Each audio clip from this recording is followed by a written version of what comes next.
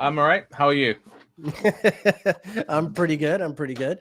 Welcome to the live stream, everyone. My name is Nick Dagan Best. I am an astrologer. His name is Patrick Watson. He is also an astrologer. We have two astrologers chatting away, literally no plan whatsoever. No idea what we're going to discuss today.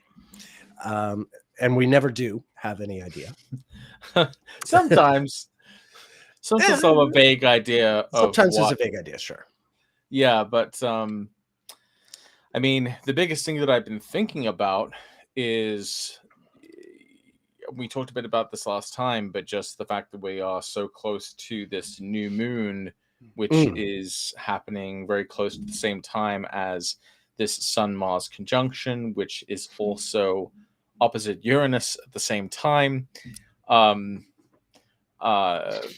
It seems significant. It seems important. From the astrologer's perspective, I would think, based on the fact that we have the planet of sort of war and action and violence in its own sign, and at the sort of powerful point of renewal, and being opposite this planet of volatility and surprises and the unexpected, Uranus, I would expect us to see stories percolating in individual lives and perhaps on a broader scale as well in the news of sort of, which is kind of hard to believe because we're already in a period of great violence, but it would seem like there would be a heightened potential for really shocking and unexpected and sort of explosive acts and events of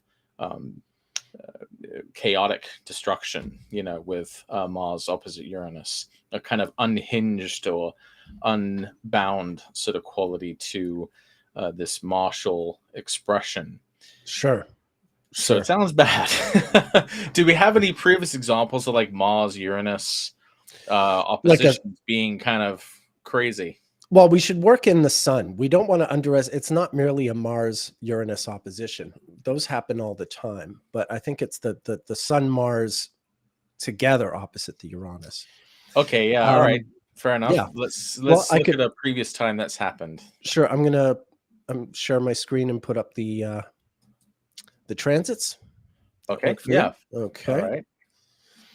Okay, so I'm just going to search the general database for, this is the search I'm going to do. For those of you who are still sort of learning how to do searches on SolarFire.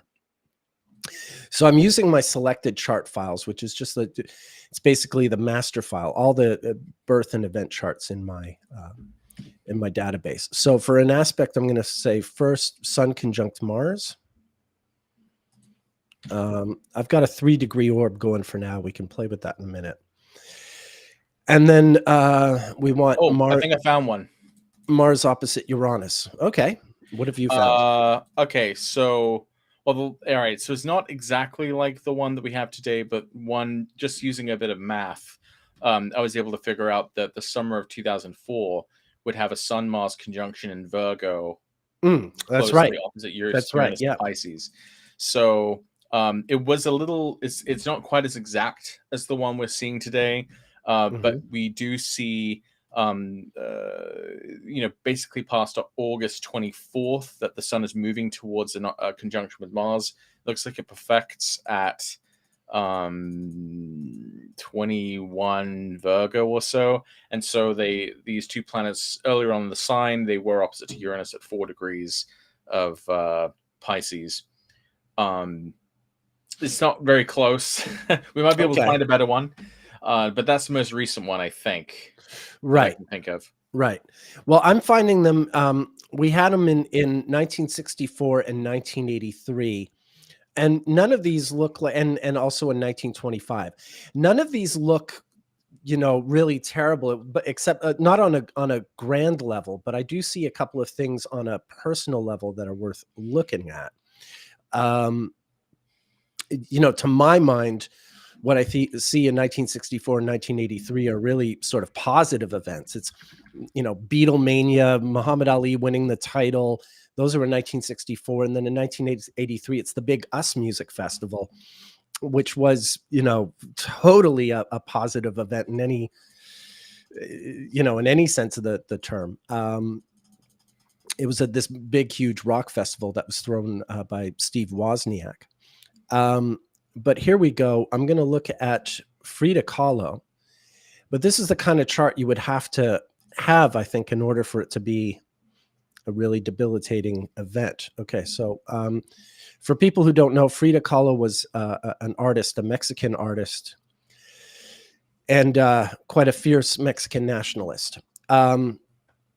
And when she was 18 years old, you see, she was born with the sun opposite a Mars-Uranus conjunction. But on this day in September of 1925, she's 18 years old, and there's a Sun-Mars conjunction opposite Uranus, like the transit we're having now. And she's in this freak bus accident that results in her being impaled by a steel bar when this I think it's a streetcar or a bus, one of the two. I guess it says bus accident. I guess it's a bus.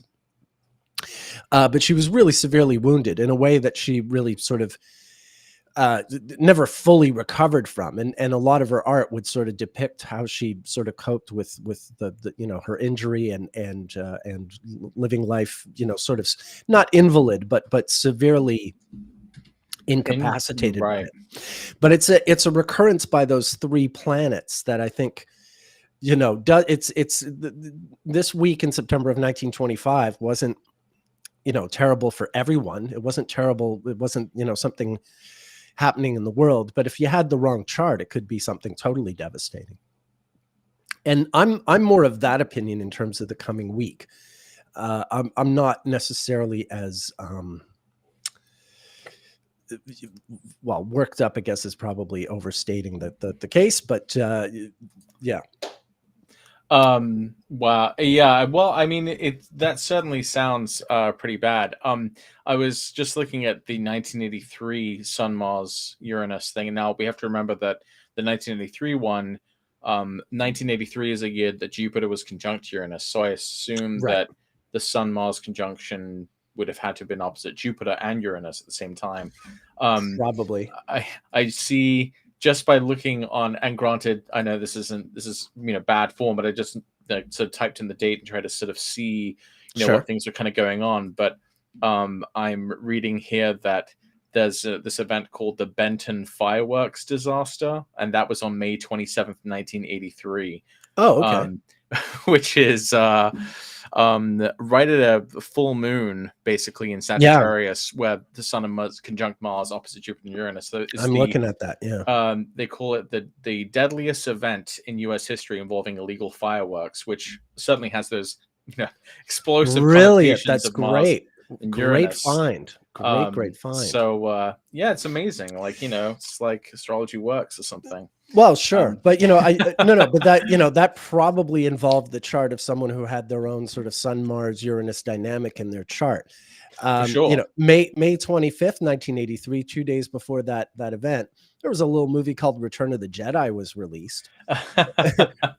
So, lots of people were just enjoying Ewoks and all that stuff.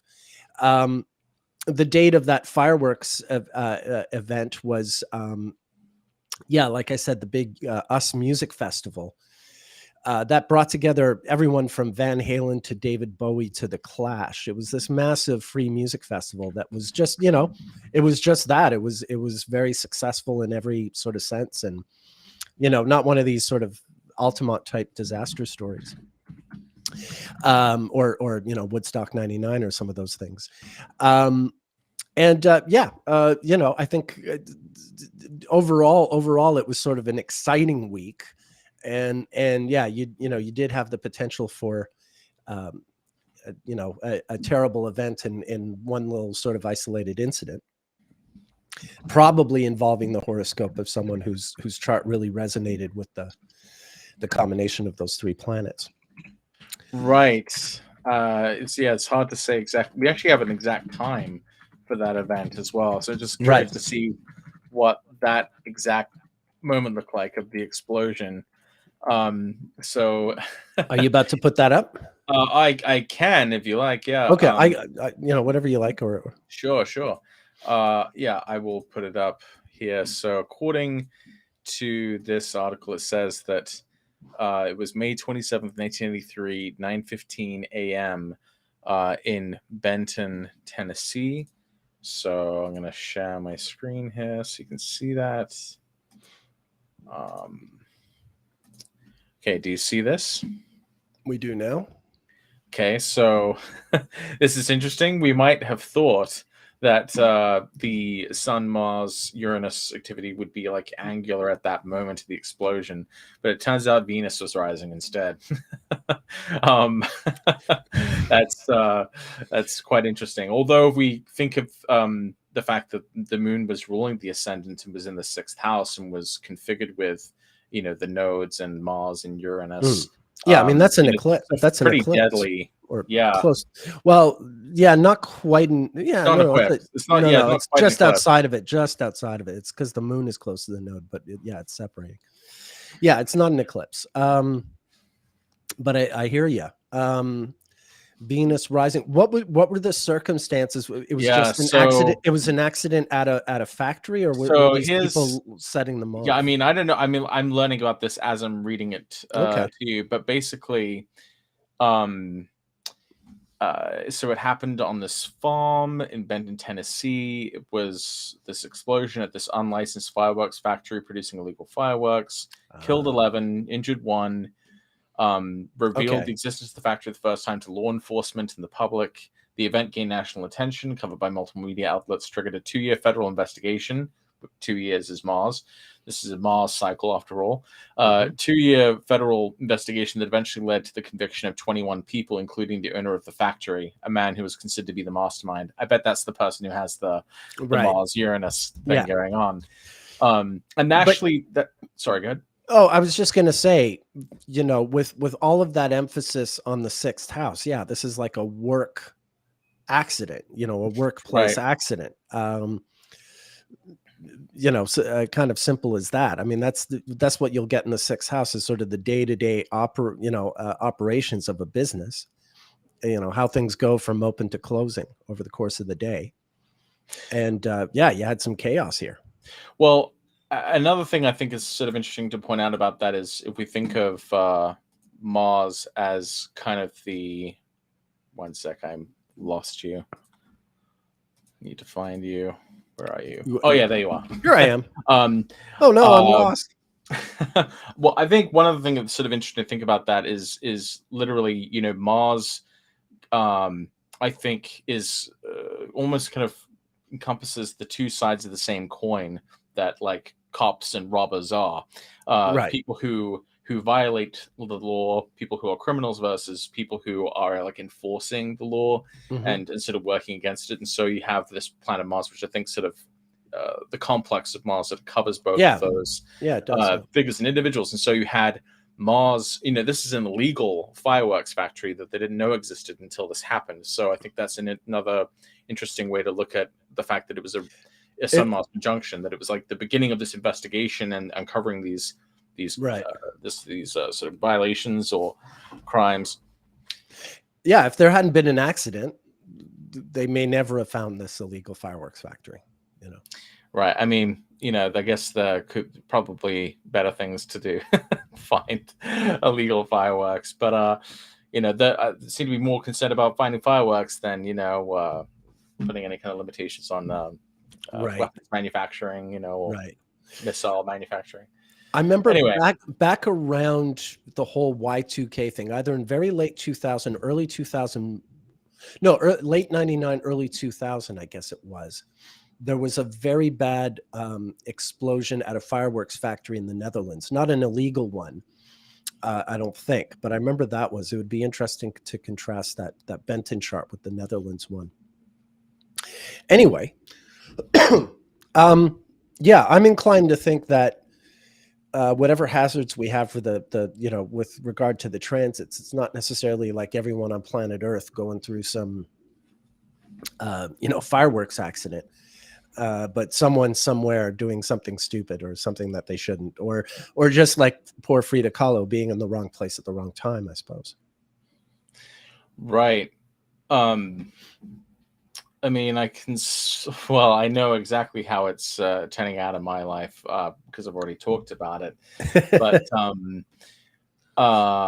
But uh, yeah, I would suppose there's different level. I would say even if it's not as sort of literal as a fireworks explosion, like Mars Uranus. So I think you can still apply the interpretation of um, uh, Mars acting beyond its regular Mm, bounds in a way. right, right. So maybe this is a time where you are putting like an insane amount of effort and vigor into something, really tackling a project maybe that you thought was sort of impossible, but you end up having to kind of find a new um, capacity, for taking action and Mm, initiative.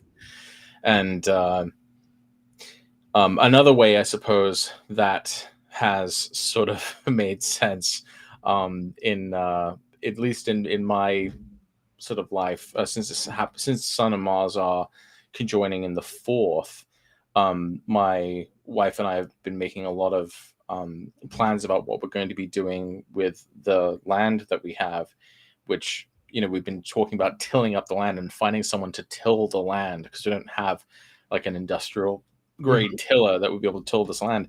And so literally it's about we're trying to find a way to like dig into the earth and to do it kind of on a scale that we can't even really do. But Beth just sort of figured out a solution maybe to Of course doing you it. did. It's Of kind course of you insane. um, but I'm not saying she's insane. I'm just saying the plan was shocking to me. did. Okay. And it's hard for me to believe that it's possible, but she seems to have this idea that, she can do it. So, that's one way I think it's sort of showing up in my life. Thankfully, it's not a fireworks explosion or anything explosive. Yeah, we don't need any of those. I heard fireworks going off not too long ago around where I am. Um, I was just going to say, Real Darko Arts said, speaking of cops and robbers, there was a high-speed chase right by my house that ended in a wreck in a densely populated downtown environment yesterday. Turned out it was over minor shoplifting. That's insane. So an Putting people's lives. overreaction, maybe. Yeah, right. Yeah. Like, Mars kind of gone, completely out of proportion. right. This also kind of reminds me, just this past week, there was this American lawyer living in Panama who, I don't know if you heard about this. I I forget heard his something name, but about Panama. What did yeah, I hear about that? so there were these environmental protests going on in Panama right now, and this American lawyer who lived in Panama like just came up to these two protesters and shot them. Dead, but like this Hey. guy's like No, I didn't hear 77 this. years old. I This didn't guy's hear like this. 77. It's like he's already lived his whole life. He lived as a lawyer, actually, and just seemingly, went nuts and killed these two people in a very sort of shocking way, just very calmly, walking up to them and just What like the it's just hell? I know it's Mars and just but like insane Mars, nuts Mars, Mars Right. just completely without it's one might say it's like daylight robbery, it's Yeah. like that level of Yeah. Sure. boldness, that we typically might not expect, but just sort of flagrantly or blatantly or out in the open. So that's I saw that story and I thought, wow, that is Yeah. a What bit a. evocative of That's Mars Uranus. insane. Yeah, Insane. I don't know his chart. Maybe we could find it, but I don't want to spend a ton of time on it. Looking for it. Yeah. Sally H points out, what about volcanic action in Iceland bubbling away? Oh, Yeah, right, yeah. I heard I about that. And also off the coast of Japan, as I understand it, like a new island has been formed from an underwater volcanic eruption very recently. But yeah, volcanoes, earthquakes. I was noticing I'm in Vancouver, which is where the Cascadian subduction zone is, this really volatile earthquake zone that is It was due to have an eruption around 1950. So we're already like 70 plus years overdue for an eruption that could conceivably be really devastating to the Pacific Northwest. But I was noticing, I put up a chart for the last time that there was an earthquake in the Cascadian abduction zone. It was in the year 1700, and Saturn was at 0 Pisces. No. Oh my God. So I was sort of like, oh, look, Saturn's been at 0 Pisces more than a few times since 1700 and now. But it was just one of those things like, oh, okay, that's noted.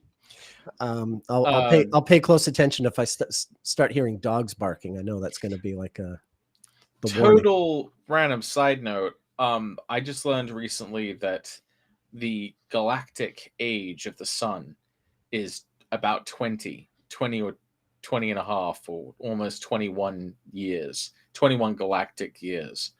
That is the amount of time it takes for the sun to go around the entire galaxy. So even though it's going really, really fast, it's such a long journey that it's only gone around 20 times, and will only go around. You mean in its lifetime? In its lifetime, yeah.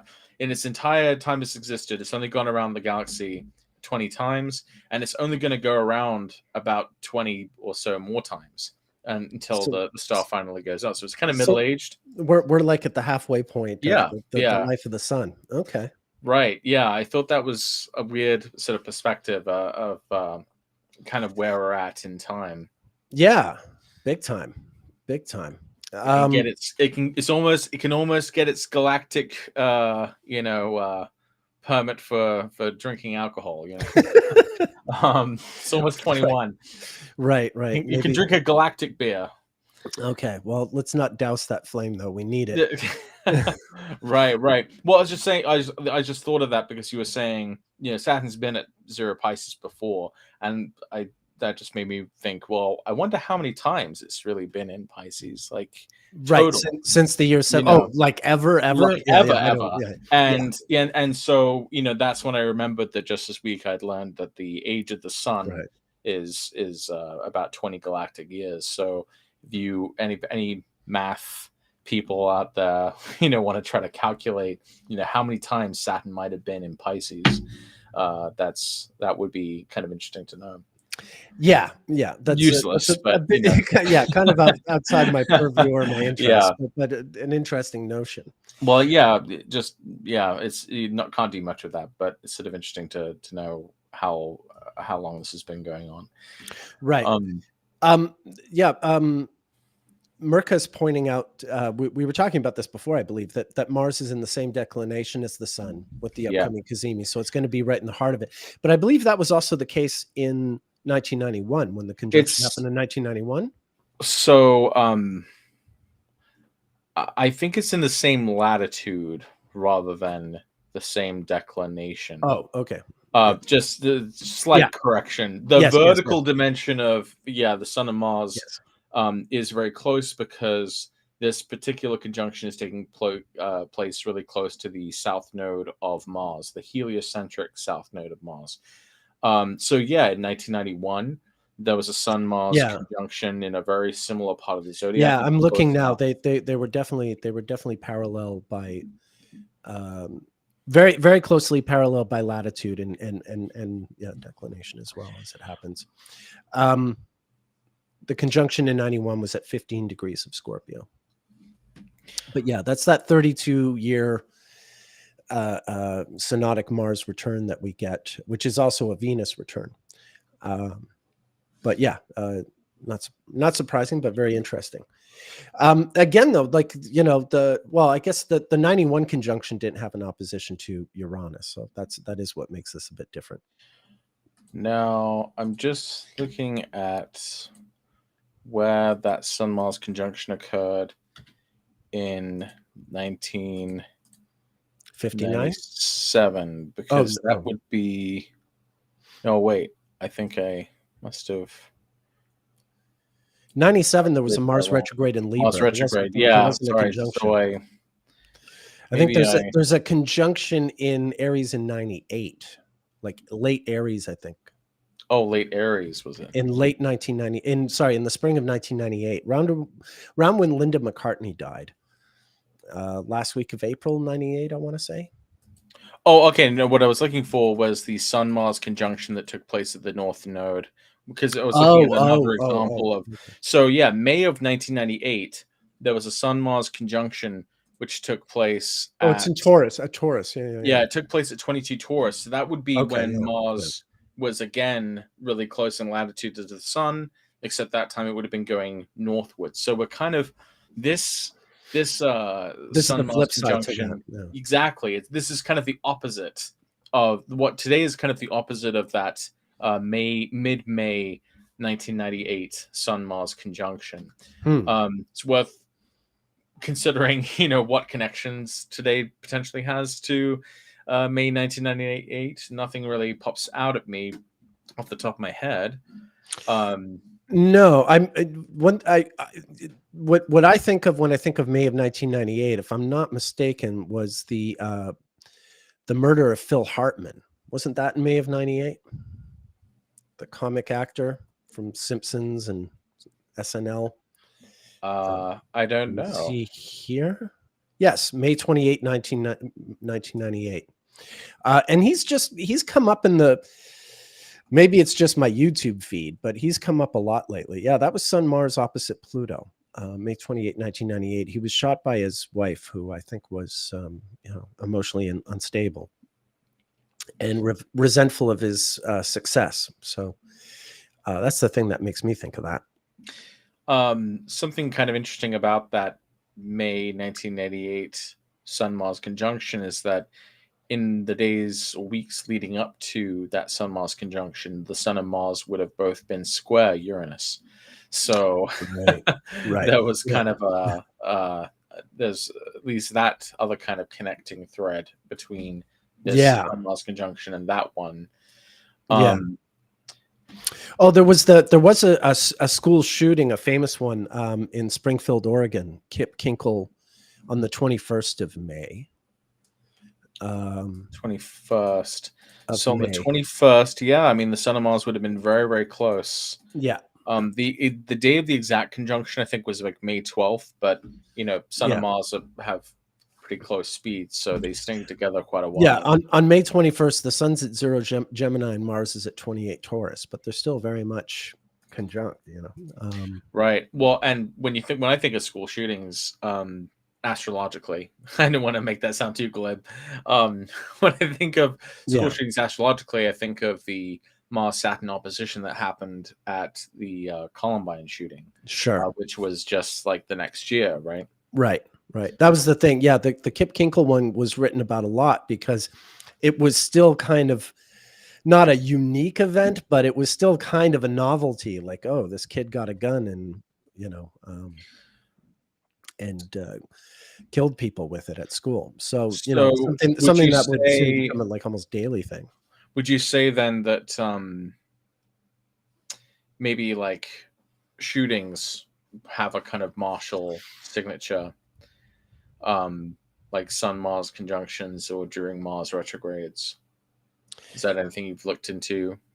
Yeah, I mean, conceivably, I think there's Mars can play a different role in shootings. Like Columbine was Mars coming out of a retrograde. Whereas this one is a conjunction, so I wouldn't say like, yes, the conjunction is a shooting when retrogrades can also be shootings. So yeah, I wouldn't pick one over the other, but it's one of those things. It's been a little while since a shooting was in the news, knock wood, but at the same time, it's like, it's almost because they just became so common that maybe they don't even get reported like they did. Sure. One other kind of interesting thing about this Sun Mars conjunction is, I know a lot of people have been looking at the end of the SAG-AFTRA strike, the actors strike, as being connected to the fact that like Venus entered Libra, in the same way that the writer strike ended when Mercury stationed direct or made the trine with Jupiter while it was in the sign of Virgo. And while I like that a lot, just because it sort of connects Mercury to writers and actors, maybe to Venus, I also have to note that this kind of reminds me of what we've looked at before with the beginnings and endings of strike actions, that they seem to have this connection to the sun and Mars. But it's tricky to say. I forget exactly what your sort of conclusion was about whether like Sun Mars conjunctions just related to like a particular type of strike action, or its enduring effects, or the type of strike that it would be. Obviously, there have been strikes which have like ended really like violently, other ones which sort of ended more peacefully or amicably. Yeah. Well, I forget what I said. Yeah, you said something like, it's not that there's any particular phase of Mars that tells us when a strike begins, but it says something about its effects, about how consequential it ends up being, and whether it really sort of changes things. I think you said something along those lines. I could try to find what you. Right. No, I'm looking at my strike chart files here. And there are some interesting ones. Here, I'll share my screen with you.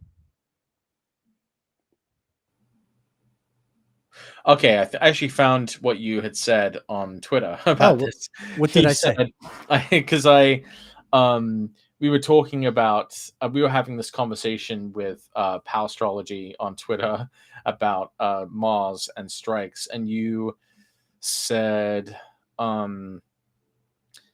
something about how you suspect that it relates more to impact and long-term effects, like the relationship between Mars phase and strikes. Right. Okay. And that the strikes that coincide with Mars retrograde or sun conjunctions seem to do more than merely succeed or fail at achieving their aims. Something bigger happens as a result. Okay. Yeah, I get some sense of why I might have said that too, because the ones I'm looking at that occur close to Sun-Mars conjunctions, I'm looking mostly at some Canadian ones. I have some American strikes as well, but the Canadian ones seem to be the ones that are jumping out at me, at least immediately. Here, let me show you.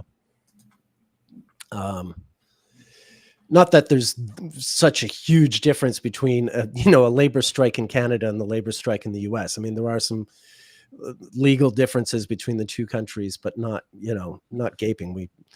We basically have the same kinds of societies. So there's two in general that I'm thinking of. I'll look at these and then we'll come back and look at some of the others. First off, this was the Winnipeg general strike that became a national strike. This is huge in Canadian history. This is in 1919 after the First World War has ended. And yeah, I mean, it's a general strike. It prompts this whole sort of march to Ottawa, that people are getting beaten up and assaulted, very sort of roughly handled. Keep in mind, like the Bolshevik revolution has just happened, so these sort of labor strikes are happening a lot. The U.S. is going through a crazy time in 1919 as well. But yeah, can we also note where that Sun-Mars conjunction is happening? I was going to say it's right there, like we were talking on the about. North Node. Yeah. Also a lunar eclipse. Yeah. And then this was, for those of you who don't know, asbestos comes from Quebec. There's literally a town in Quebec called Asbestos where the asbestos mining was done. Thanks, Nick. Well, believe it or not, the Quebec government would love to reintroduce it. They're trying to get people to believe asbestos isn't as dangerous as they say. It's got a bad rap and all this stuff. It's wow. quite sad. But anyway, this is a huge strike. In fact, Justin's dad, Pierre Trudeau, who would go on to become prime minister in the 60s, 70s, and 80s. One of the first times he's sort of visible on the Quebec political scene is when he, as a sort of lawyer activist, he's defending these striking miners, asbestos miners. So it's kind of the beginning of his political career in a way. You can see it's Sun Mars opposite Saturn, and yeah, this is a huge strike. This has This is another one of these things where it's got huge implications relative to like the future of Quebec nationalism, which is just becoming sort of, it's in its early stages. And this strike is sometimes sort of suggested to be one of the first sparks of it, you know? So yeah, I mean, in terms of having like a long term effect on a society, one that you know, sort of transcends or exceeds the actual just aims of the labor strike. You do see some of that. And I noticed that there was also a Mars Saturn opposition there Yeah. on Yeah. in that time, and that also then based on the distance between Sun and Mars, I would think it'd be about a month out from the actual conjunction itself. Yeah. So And this happening as this forming. Yeah, and this was your classic sort of, you know, there were thugs hired to harass the strikers. It was, you know, it got rough. It got pretty vicious. So yeah. So that's interesting. So Mars Saturn is like that, because that's another way we can kind of contrast that to Mars Uranus. You know, these when Sun Mars is like opposite Saturn or square Saturn, it's like action that meets resistance. But with Mars interacting with Uranus, it's like Mars interacting with like an limitless possibilities. Yeah, blow up those fireworks, you know, right, or have your big us rock festival, you know. Right. Yeah. Like your punk flag fly. yeah. Your big punk festival, punk and rock like festival, financed by, you know, the guy who made his money from Apple computers. So there's even Uranus in the picture in that as well. Yeah. Right. Soaring Eagles pointing out, was May 21st, 98, not Sonny Mr. Clinton, who did not have martial arts sex with that woman. It's definitely the revelation that the affair, you know, might have happened was in late January of 98, and it's August of 98 where he's busted for being a liar. I thought he said, I did not have sexual relations with that woman earlier on, but if it happened May 21st, that would be interesting. I don't have a chart for that particular statement.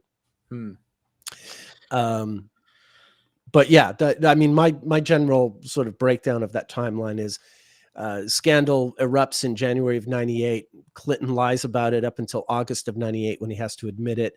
And then the impeachment in Congress happens in January of 99, if I remember correctly. And that's, you know, and then it sort of fizzles from there. Acquitted about a month or so later when Jupiter ingresses into the next sign. Into Taurus. Yeah, I guess it would be Taurus. Yeah, in 99 it would. Yeah. Was it Aries? No, 2000. It Aries. It's Aries. It's Aries. It could be Aries. Yeah. No, it's Aries. All right, cool. All right. Depends what the definition of is though. Yes.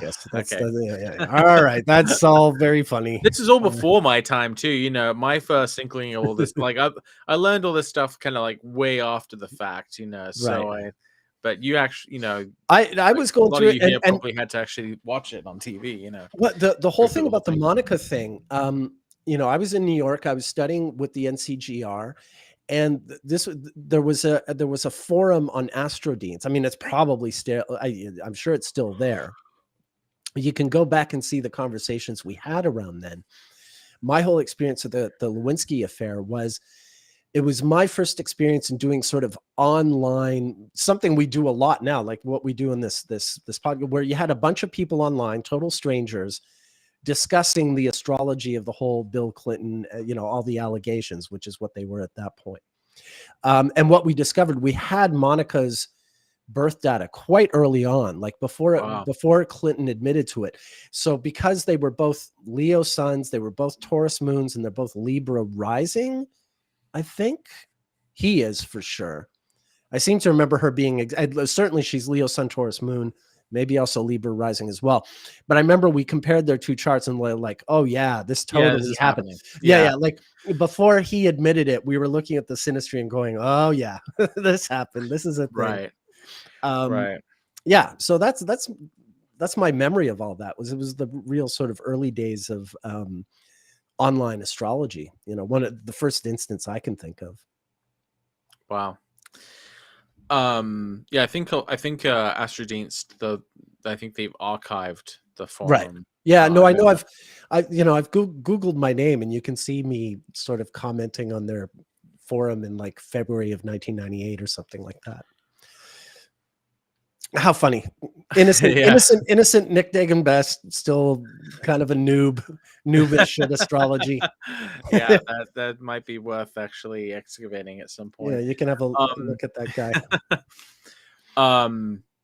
Yeah, no, I think I just was sort of impressed just a few minutes ago by what by the idea of like understanding Mars Uranus by comparing it to other combinations. I just had this like flashback to when I was working on trying to understand like what Mars Neptune aspects were about.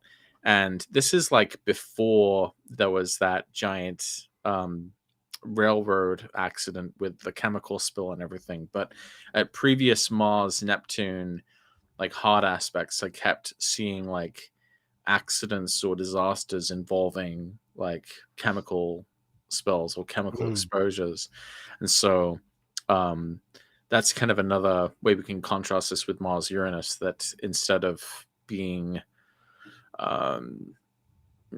about it's not chemicals, it's not just brute resistance from governments or from entrenched forces, it's the acceleration of what Mars does. It's gasoline on a fire, instead of something that puts it out or spills out everywhere. It's something which I would think is acting as kind of a kindling or accelerant. Right. Yeah, that makes sense. I'm just trying to think of other explosions. Well, what was some of the other ones? So you said 1983. We already kind of looked at that. Did you say there was another one in the 40s? No, it was the 20s. Oh, it was the one I was talking about with Frida Kahlo. Okay, yeah, that one. Yeah, I thought that was a really, because I knew she had that natal aspect, I thought it was a really good one to introduce and talk about. For sure. But no, in the 20th century, it happened in 1925 in September. It happened in February, March of 64, and it happened in May of 83, and that seems to be it. So these things are pretty rare. Yeah, 3 times in the 20th century that I know of. I could be missing one, but I don't think so. Now, of course, we're just looking at the oppositions. Obviously, there are a fair number of other. There are Mars conjunctions. There are Mars retrograde. Conjunctions with Uranus. In fact, I think one of the wildest ones I saw was the Mars retrograde in Virgo that was conjunct Uranus in Virgo in 1965. Yes, there was a it was here, let me find that exact event so we can get the exact time on that. There was basically an earthquake in Chile. Okay. Which caused a lot of problems. 1965. The El Cobre tailings dam failure. It's this basically, very deadly mining disaster in Chile on March 28th, 1965 at 12:35 p.m. You had this earthquake occur, which caused this dam to collapse and all this water to flood out, and that happened with Mars retrograde in Virgo, conjunct Uranus and Pluto in Virgo. And I thought that was a pretty astonishing kind of signature to have for what happened. And of course, it was opposite Saturn in Pisces. Yeah. So that's kind of where the watery element kind of comes in. Yeah. I mean, that's a great example. I didn't know about that that event. So that's worth looking to. That's in Chile in 65. What's the date in 65? March 28th. Oh, okay. So that's the same week that the first ground troops land in Vietnam. That's like the beginning of ground combat between American soldiers and the Viet Cong. Oh wow! The last week of March of 65. Yeah, March 28th, 1965. Wow. So that's again you see This was there's a Viet Cong bomb explodes outside the U.S. Embassy on March 29th, 65, but I'm sure the troops have only just landed that month. I'm sure of it. So it was the ultimate. And earlier that month in March of 65, on March 7th, there had, of course, been Bloody Sunday. When the famous, I mean, we've seen a lot of footage from the 1960s of policemen with dogs and water hoses, but this is like the classic. Cops Unbound, right? Yeah. Mars That's March 7th of 65. Yeah. And for that matter, Malcolm X had only just been murdered like the previous week, right at the end of February 65, leading into now. Granted, before anyone starts drawing wild connections, between these events and now, we should remember that this is a different sign. This is a different combination of planets, different phase of Mars. We're not at war with the Viet Cong anymore. That's not something we're concerned about. Yeah, right. Although one other thing I'd want to point out about that, which I think is kind of interesting, is sometimes I wish I had more data to back this up, but something I've just kind of anecdotally noticed is that you get a lot of like asymmetrical war type situations when Mars is retrograde, where you have like a David and Goliath type scenario, and usually David wins, which is Vietnam, right? I mean, right, and that's Vietnam. March of 65. Yeah, we've seen that. I remember there was a Mars retrograde in Leo in late 2009 when the United States decided to ramp up its operations in Afghanistan. That was the time of basically the Obama surge into Afghanistan, which ultimately ended up just not being able to work out the way they thought, and it's kind of that classic, Mars retrograde story, the which seems to always suggest that the more confident, the more resourced power, somehow just can't stick the landing. Yeah, for sure. Where Speedy Gonzalez beats Sylvester the Cat, and so on and so forth. The small and agile defeat the big, clumsy, powerful. But I think there's something to that. When I go back to more recent wars, like the invasion of Iraq was before a Mars retrograde, but it really got crazy by the Mars retrograde of 2003. Where they went from mission, but Bush declares mission accomplished, and then not too long after that, Mars goes retrograde, and they're like, mission not so accomplished. That was also Mars conjunct Uranus. Yes, it was. Yeah, that was a Mars retrograde conjunct Uranus. That was in September of 2003. Yeah. So I forget. Okay, because by this point I'm in like high school and I'm doing astrology, and I'm I always think of that, the Mars retrograde conjunct Uranus opposite the sun. That to me is always symbolized by Madonna kissing Britney Spears and who was the other blonde singer of that era? Christina Aguilera. Yeah, they did this show on the Video Music Awards back when you had. Do they even have the Video Music Awards anymore? I don't think so. Yeah, I think so. I think Madonna, kissed Drake a few years ago. Okay, but that's not like a long time. Oh, okay. And then he acts like he's like trying to stop himself from vomiting on stage. Oh God! I'm glad I'm not plugged into the as I once was. I didn't need to see that. No, there were other things going on. There was a huge power blackout on my birthday in 2003. I was in Montreal, and Quebec was like the only place in the northeast of the US or Canada that had electricity for some reason. There was a huge blackout in, like, you know, all of New York, all of Ontario. I think even stretching out to like Pennsylvania or whatever. So that was also going on at that time. But yeah, I always think of that Madonna thing as a sort of like, you know, placeholder for what that Mars, Uranus, and Pisces meant in the summer of 2003. I'm just reading through some of the news stories from September of 2003. Well, one thing I talked about, not this is a little bit after Mars goes direct, but there were two things I was talking about in my solo stream. On October 3rd, 2003, Roy Horn of Siegfried and Roy was attacked by a tiger, you know, one of their circus act tigers on stage. And then 2 days later, I don't know if you've seen this documentary, Timothy Treadwell, the bear man. He was killed by these grizzly bears. This is the guy who like lived amongst grizzly bears for years.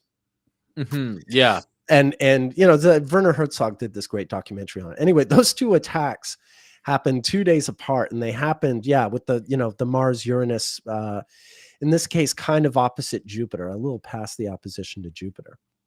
But yeah, I mean, you know, two of the more notable animal attacks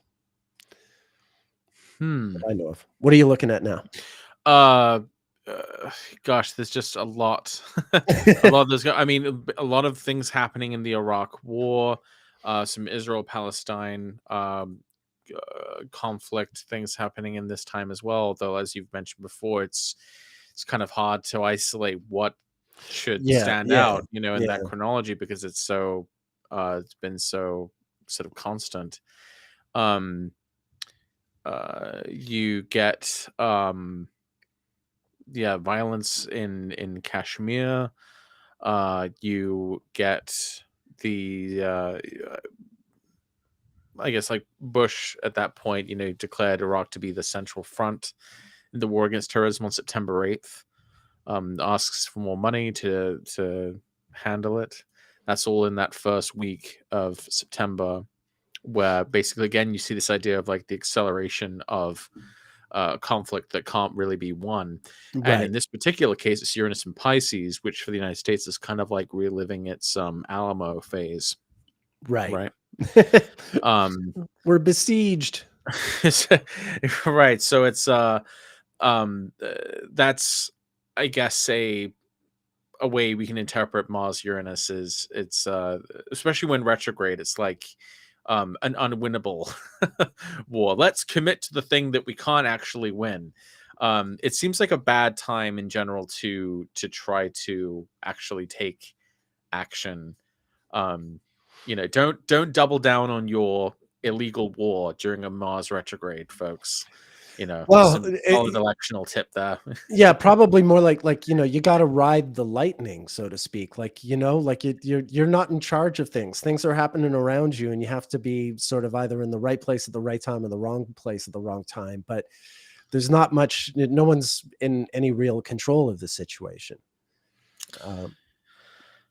Now, the fact that Mars is direct and that Mars is in its own sign, I haven't been able to figure out. Like, the only thing I've sort of anecdotally noticed is that the asymmetrical warfare where it doesn't work out for Goliath, that's like more of a Mars retrograde type thing. I don't know if you can like invert that or something for Sun Mars conjunctions, where maybe that's where Goliath does get the upper hand, or maybe it is a more like evenly matched type of conflict. I don't really understand what the Sun Mars direct conjunction necessarily means, as opposed to Mars retrograde. Mars retrograde seems to be the David versus Goliath dynamic, but I don't know what the opposite of that would necessarily be. Right. Well, I mean, I have a couple of stories that involve Sun Mars conjunctions in Scorpio, but they also involve Neptune. Okay. you know, just so we'll just have to keep that in mind as with that the Neptune is adding its whole. Yeah, I don't know if this is going to say anything about what we're dealing with now, but just like, you know, I can you know, give you some interesting information.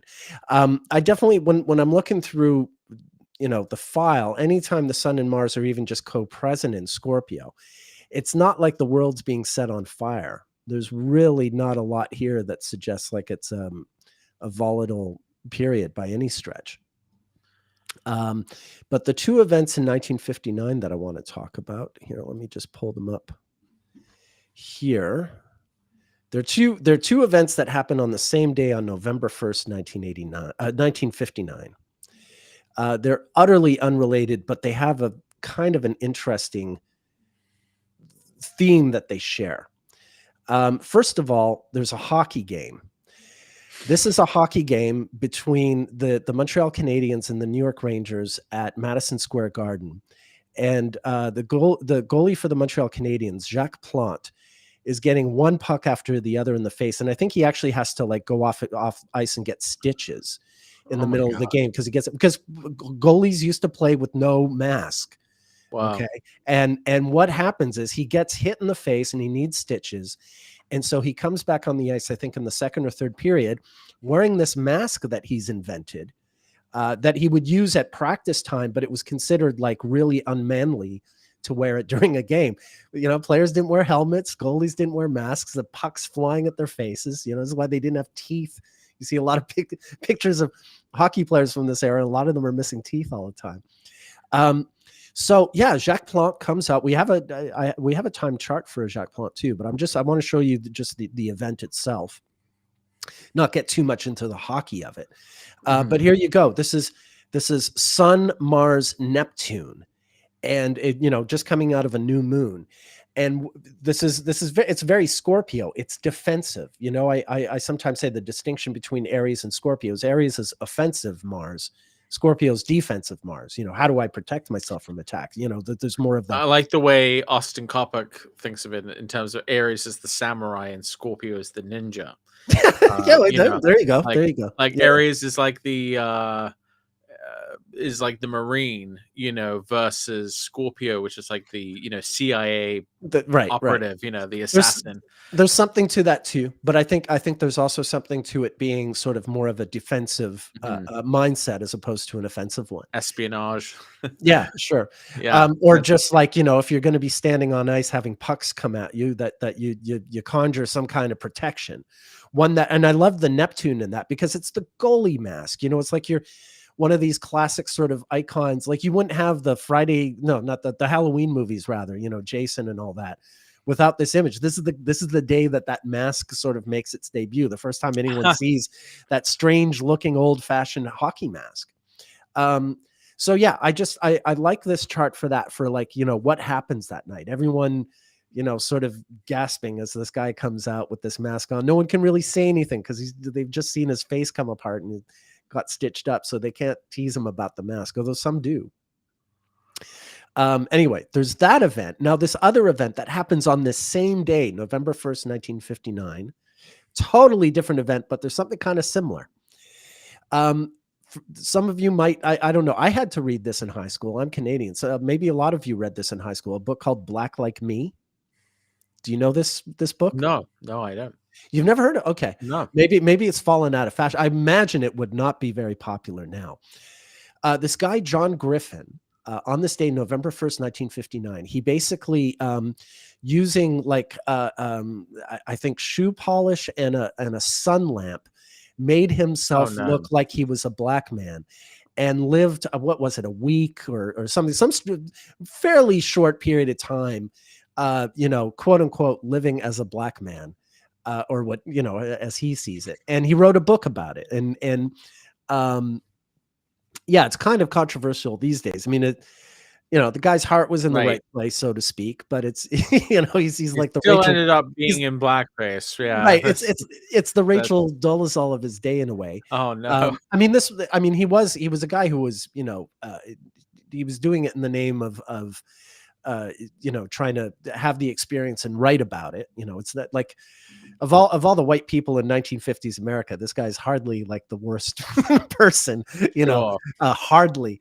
But still, it is what it is. But again, whatever you think about it, I love that, we see that Neptune coming in again. There's this mask and there's this subterfuge, right? Like you're talking about. I mean, he's not doing CIA or he's not a ninja, but there's kind of, Imagining. He is kind of going in, Going into a character, going undercover in a sense, or I see. Yeah. You can see it, that the symbolism sort of presents itself. The symbolism presents itself. So, I mean, these are both events. These are Sun, Mars, and Scorpio, and I see the Sun, Mars, and Scorpio in both of them.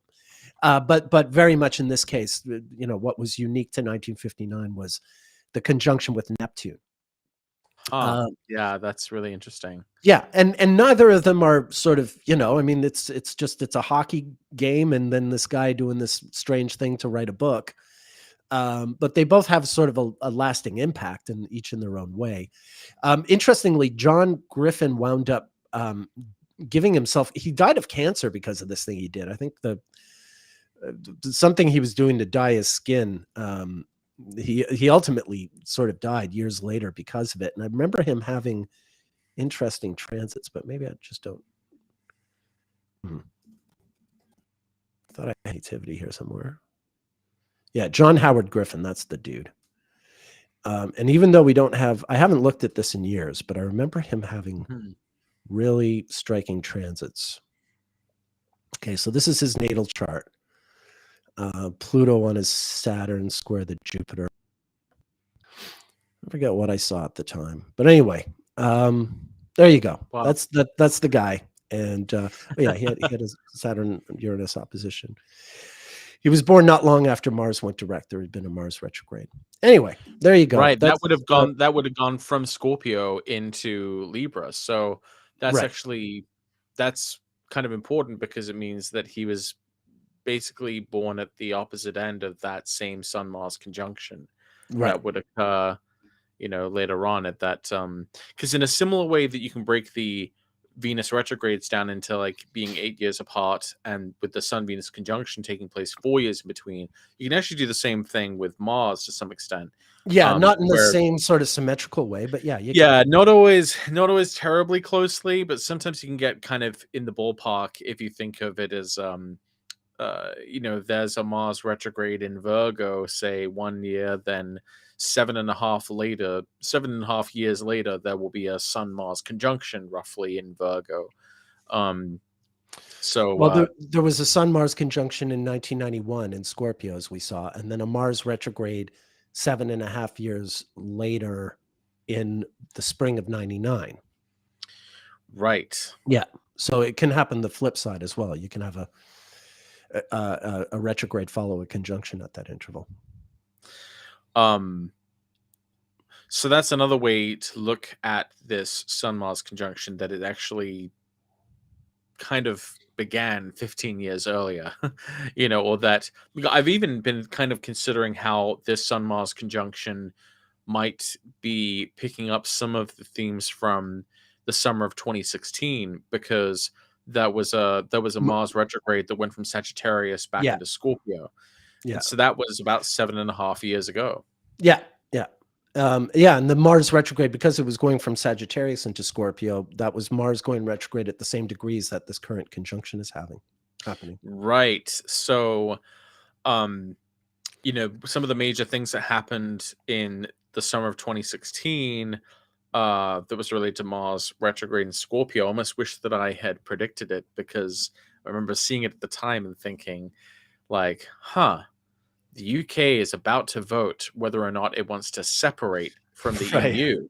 Right. Like, and the planet Mars. Good thing they're too smart to fall for that. the planet of separation and division is going to be stationed direct in its own sign, Scorpio. Like, this is going to be a really powerful moment for separating from something. And I'm thinking, like, well, surely they wouldn't. But I'm like, nah, you should probably predict that, like, they're gonna split from the EU, based on this like Mars retrograde. And yeah, that is what happened. But at the time, I wasn't really commenting publicly on it. Right. But so I've wondered how or if this Mars retrograde from 2016 would end up having some kind of relevance to this Sun-Mars conjunction, because something that I sort of noticed from 2015 to 2022, where in June of 2015 we had the Sun-Mars conjunction in Gemini, and then at the end of 2022 we had that Mars retrograde that occurred in Gemini.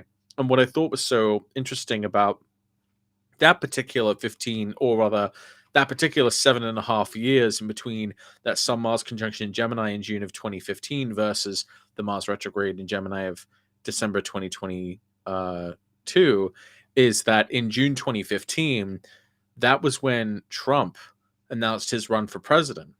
He did that at the sun. He did that Right. at the new moon conjunct Mars in Gemini on his sun. And 7.5 years later, we had a full moon conjunct Mars retrograde in Gemini. So it was like the exact opposite of that initial starting point. And at that time, That was the red wave. that was what was supposed to be the red wave, but it was finally stopped. It was like Right. as far as his campaign in some ways was able to go. That was like the late 2022. In fact, on the exact day of that full moon was the post-election like runoff election in Georgia, where the Democrat ended up winning. And so in many ways, I think that the fact that Mars went retrograde where it had been direct with the sun 7.5 years earlier represented a kind of pinnacle or peak, a more long-term full moon of that Mars cycle of the 15-year chapter. And so, and this is also right as the New York State started just like right at that Mars retrograde station, came down with all of these different indictments and charges. That's kind of when this sort of deluge of sort of legal problems for Trump really kind of started, with Mars going retrograde in Gemini. So I've kind of wondered, like, how do we transplant that then to like other situations? It's really clear in that particular case how it relates, but I would think that you could relate a Sun-Mars conjunction happening one sign to some retrograde that happened previously, and to some other Sun-Mars conjunction 7.5 years before that. So this is kind of the ending of a 15-year period, as well as the beginning of a new 15-year period. But we also know it kind of relates back to other previous Sun-Mars conjunctions in Scorpio, like 1991, 32 years earlier. So anything about summer 2016? Yeah. Well, I mean, it strikes me what I was doing in July of 2016 as Mars was going direct is I was about to get on a train for Russia with my then girlfriend, now wife, and her 2 kids, who are now my stepkids. So yeah, that's kind of interesting to me. I don't have any plans to go back to Russia anytime soon. But how things change. How things change. I'm just trying to think about what else might have been happening 15 years ago. 15 years ago. Well, remember that was the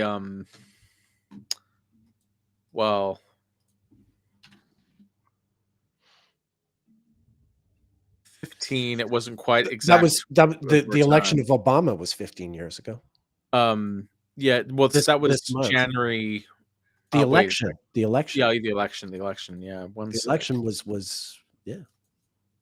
One sec. So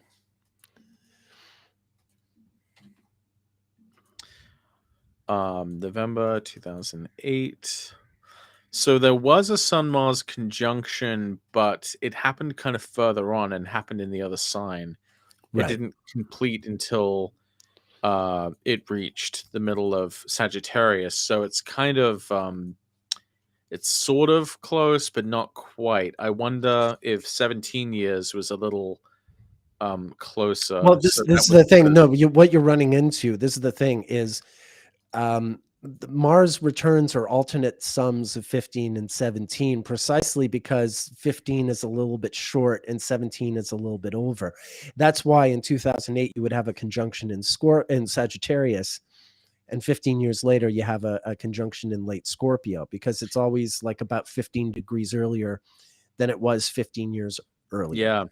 And actually, even 17 years earlier isn't a good analog to today, because October 23rd, 2006 was the last Sun-Mars conjunction that occurred in this general part of the zodiac, but it happened officially in Libra rather than Scorpio. Yeah, exactly.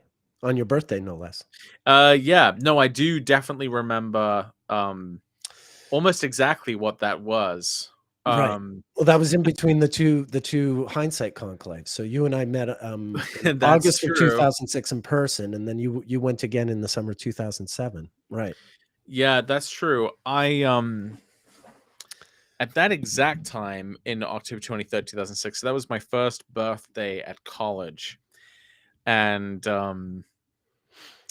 I almost got in some trouble because we were drinking in the dorms, right? And I was underage. Patrick Watson. Yeah. Patrick Ian Watson. So it was your 19th birthday, sir. Were you legal drinking age at this moment? No, I was not. I was not. I'm afraid I wasn't. It wasn't. Yeah. So I was. I mean, so that was. The next year was actually, I think, the time where I actually had to give like an official statement, because of that was during the Mercury retrograde of October 2007. That's when I got in like actual trouble about that. But another kind of important thing that was happening at that time is I actually began a very close friendship with someone at that time. I had been communicating with her for a while, and we kind of connected in that month. And because it was also a Sun Venus Mars conjunction. And so 4 years later, when Venus went retrograde from Scorpio heading back into Libra, and was also at a Venus Mars conjunction, I actually met up with that person, and we had kind of a date, in New York City, no less. And but we kind of realized it wasn't really going to be able to work. It was sort of long distance, and it didn't end up, kind of not really working out. But I always thought that was interesting that I came into contact with that person at the Sun Venus Mars conjunction, and then I kind of met them in person at a kind of half Venus cycle later. And then it was interesting too, because they had a Venus Mars conjunction in their chart, and it was like all so there was a lot of Venus Mars stuff. Anyway, completely interesting. But it was meaningful. The other big thing I kind of remember from 2006 is just that was also when Saturn was right on my ascendant, so it was a terrible time for you. Yeah, the Saturn and Leo sucks. Yeah, for me, it was pretty bad. It was really when I learned my limitations as a student. I had come into college thinking I was kind of hot shit. I think I had this really, I think I had this bigger idea of my intellectual capabilities than I could really justify. I got totally roasted trying to take this intensive Latin course and Greek, and I just got completely overwhelmed. In the course of like maybe after the first like 6 weeks or so, I started really struggling, and it was a big come down for me, because I had just been when I was looking at different colleges and stuff. I mean, my parents were trying to get me into like Oxford and Cambridge, and I had like I did pretty well on like my SATs and stuff like that, and I had like a principal saying like, oh, you should be going to like the Ivy Leagues, and I'll write you a special paper. And I sort of, so I think this sort of inflated my ego a bit. So when I had Saturn kind of cross my ascendant, it was a real reality check, and a real cutting down to size. And it's like, you think you're so cool and like you think you can do this, like, well, if you can,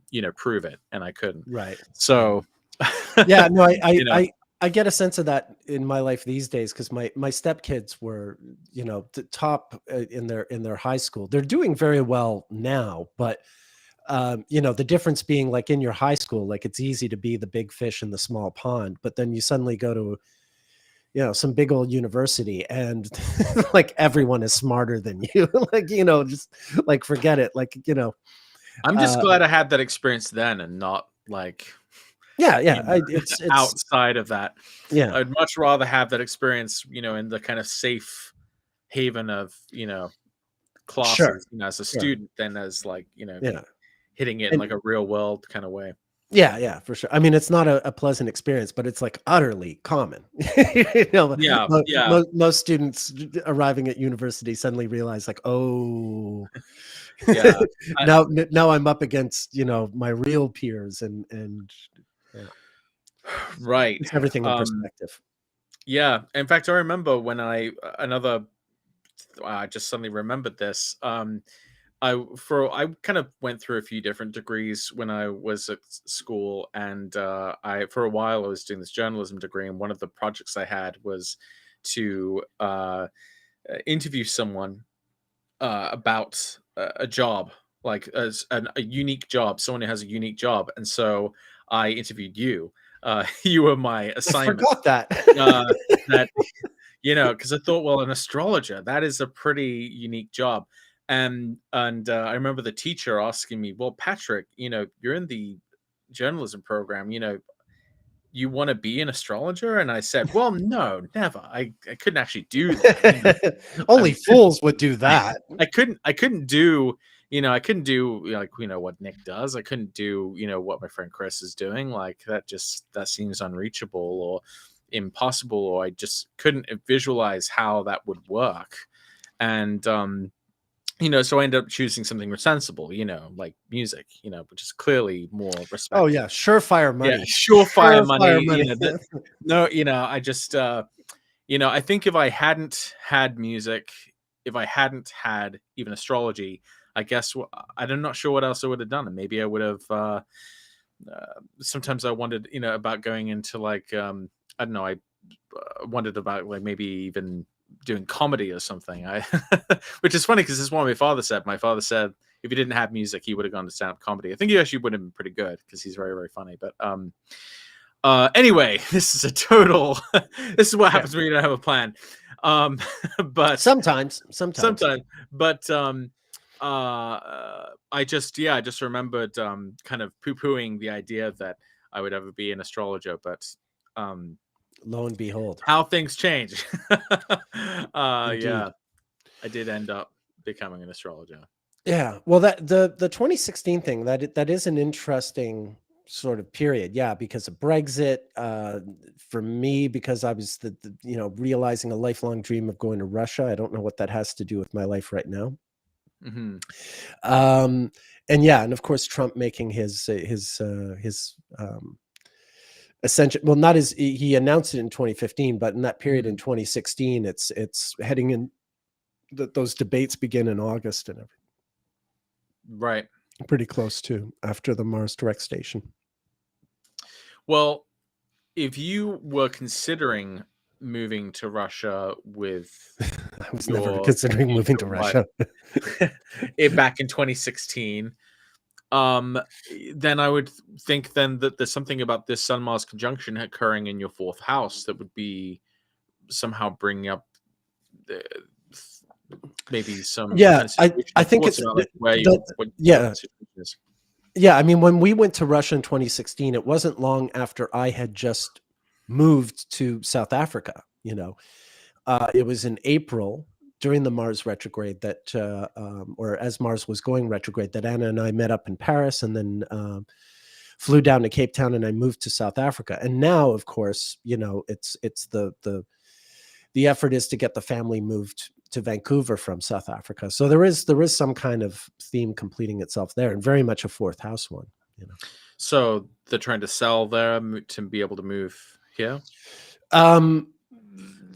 Well, there are a lot of different options. Yeah. Okay. Gotcha. But to have the family sort of transplant planted here is Yeah, part of the plan. it's been wild having Mars make this kind of phase in my fourth, because my wife and I both have Leo rising, so we both have these transits happening in the same houses of our chart, and so in this time frame while Mars has been in Scorpio, um, she's had her father out here, and they've done like a lot of work on the land and like chainsaws and he's a very Mars. Well, he's got Mars rising. Actually, I correctly rectified his chart, not very precisely, but just from all of the different things that I knew about him and from observing him for a long time, I figured he would have to have Mars rising, like his daughter. And we got his time, and it was he has Well Mars done. rising. Well done. He's a man who gets very red faced. He's kind of a glutton for pain. He he's very like rough around the edges. There was a wasp nest, Okay. and he, it was like pointed out to him, and we thought like he looked like he was going to do something about it. So I was like, I wonder what he's going to do. Well, it turns out he just grabbed it with his bare hands and like crumples it up, and I'm like, what the fuck? This guy is just like, You're doing it wrong. He's very, very martial. Like he is in good ways, I'll show you, fucking wasp, man. no, like just very he has Mars in Capricorn with Saturn in Scorpio, so he's like a real super just Wait, what's his sun kind of hard as nails. He's Sun in Virgo. Yeah. So that's the Mars coming out of the retrograde, right? 1954. Is it? It would be 1954. Yeah, that's correct. Yeah. Because Mars was retrograde in Capricorn going into Sagittarius in the spring of 54. Right. So with that Mars, and his progressive Venus may or may not go retrograde in Scorpio, or actually in early Sagittarius, actually in 1954. I think it went retrograde at 0 Sagittarius that year. So sorry for the side note, but so he came on the land, came to stay with us for a bit while Mars was in Scorpio. And then of course, my mom, I'm trying to get out to where I'm living. And so I've been looking at houses, trying to find like the right place for her to come. And, Mars has been in Scorpio before.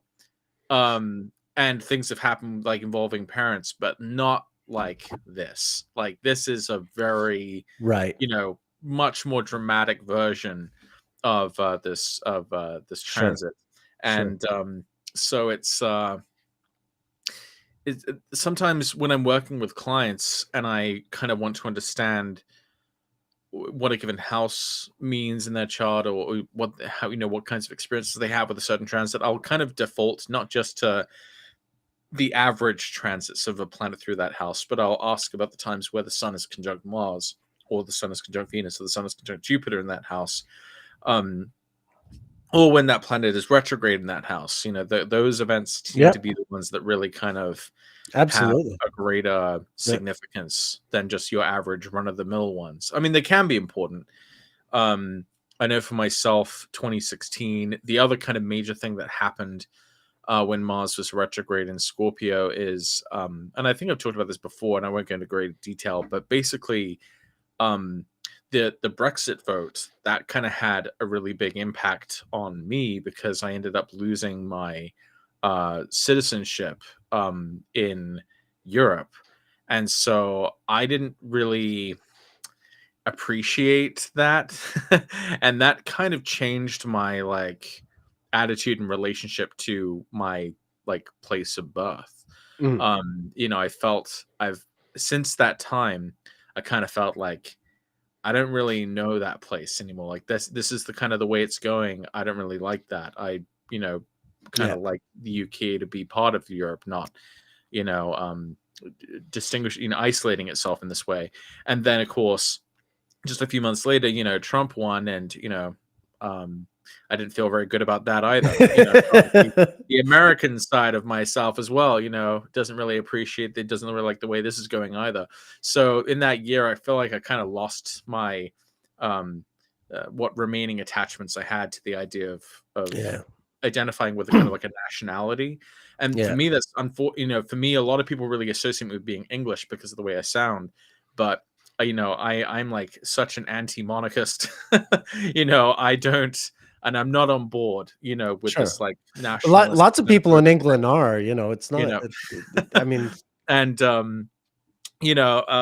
so I feel like that was a real kind of breaking point for me in terms of my connection to a national identity. And so for me, it was like kind of an interesting dividing line. It happened in my fourth right. house, and I kind of felt that way about it. Like I don't really, I don't really, I don't like that. I'm not on board with this. Gotcha. Because I felt like it wasn't just it was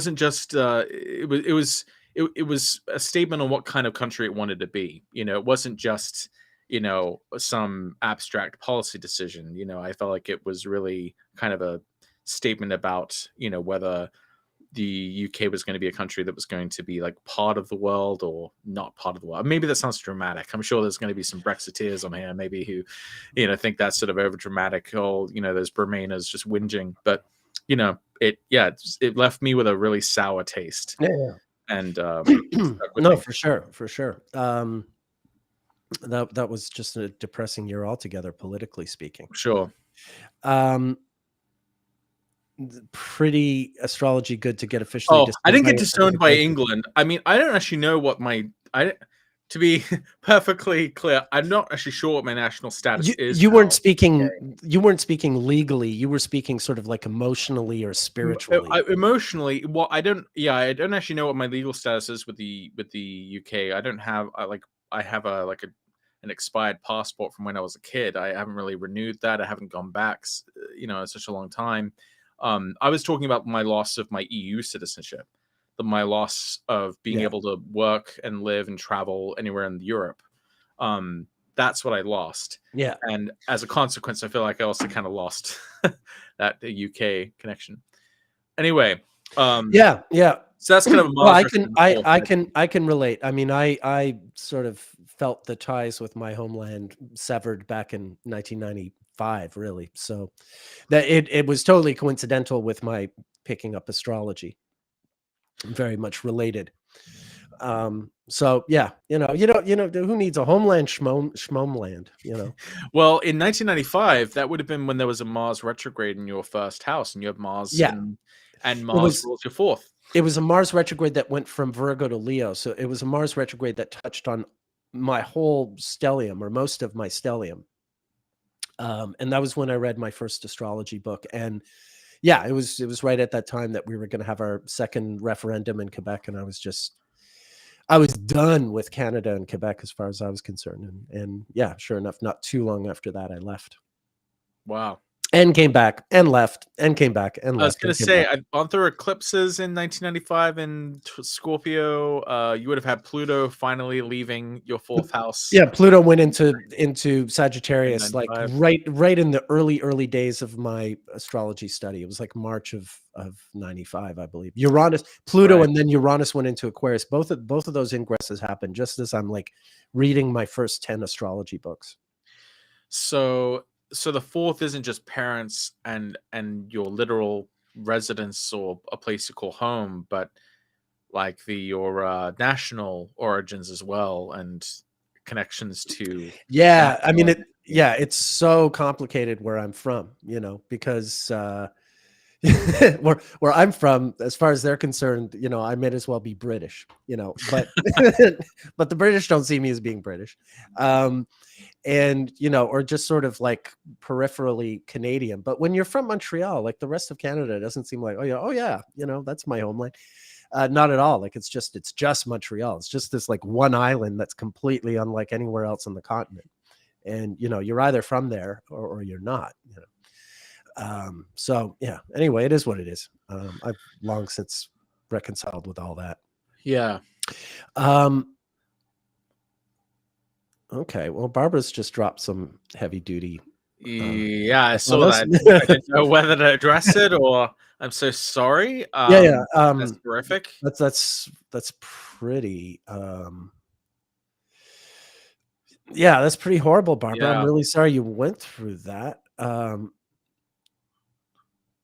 Not sure. I mean, I've looked at a bunch of shootings. There's no one particular theme necessarily, but unfortunately, like we saw, like Sun Mars conjunctions can certainly happen with those. Yeah, I mean, the only thing I can say that relates to any kind of hope on this issue, and if you want the full rundown of it, you can go to my website and look up Saturn and Aries and gun control. But at least in the United States, where these issues are truly out of hand, compared to the many other countries, there seems to be a pattern of transits of Saturn going through the sign of Aries and sincere attempts to control weapons, and which makes sense, right? Because of Saturn's like regulation, limitation, government action, or the principle of caution or limiting. Then Aries is the domain of Mars, of weaponry, etc. So Saturn moving through that sign would somehow institutionalize or legalize, or rather not just legalize but control, regulate Aries or Mars type things. So back in 1997, and actually it wasn't just the US at that time, there was the Dunblane massacre in the UK, which caused the prohibition of weapons in the UK. That was in Scotland, the shooting, right? I believe so. Yeah. And there was also a terrible shooting that happened in Australia in that same period where Saturn was in Aries. And so then Australia completely banned guns. And so, and then in that same time period in the US, you had the implementation of the Brady Law, which had been passed a few years earlier. And so that's when the federal background check system actually came into effect. So then there was this kind of barrier, put in place, ostensibly. And Brady had taken a bullet for Ronald Reagan back in March of '81 when there was a Venus Sun Mars conjunction in Aries. So it's interesting that the Saturn in Aries is a visitation of that. Saturn in Aries is also when Tupac and Biggie were shot, which was two of the bigger, and one Saturn return before that, Saturn in Aries, was when Martin Luther King and Bobby Kennedy were shot. Right. So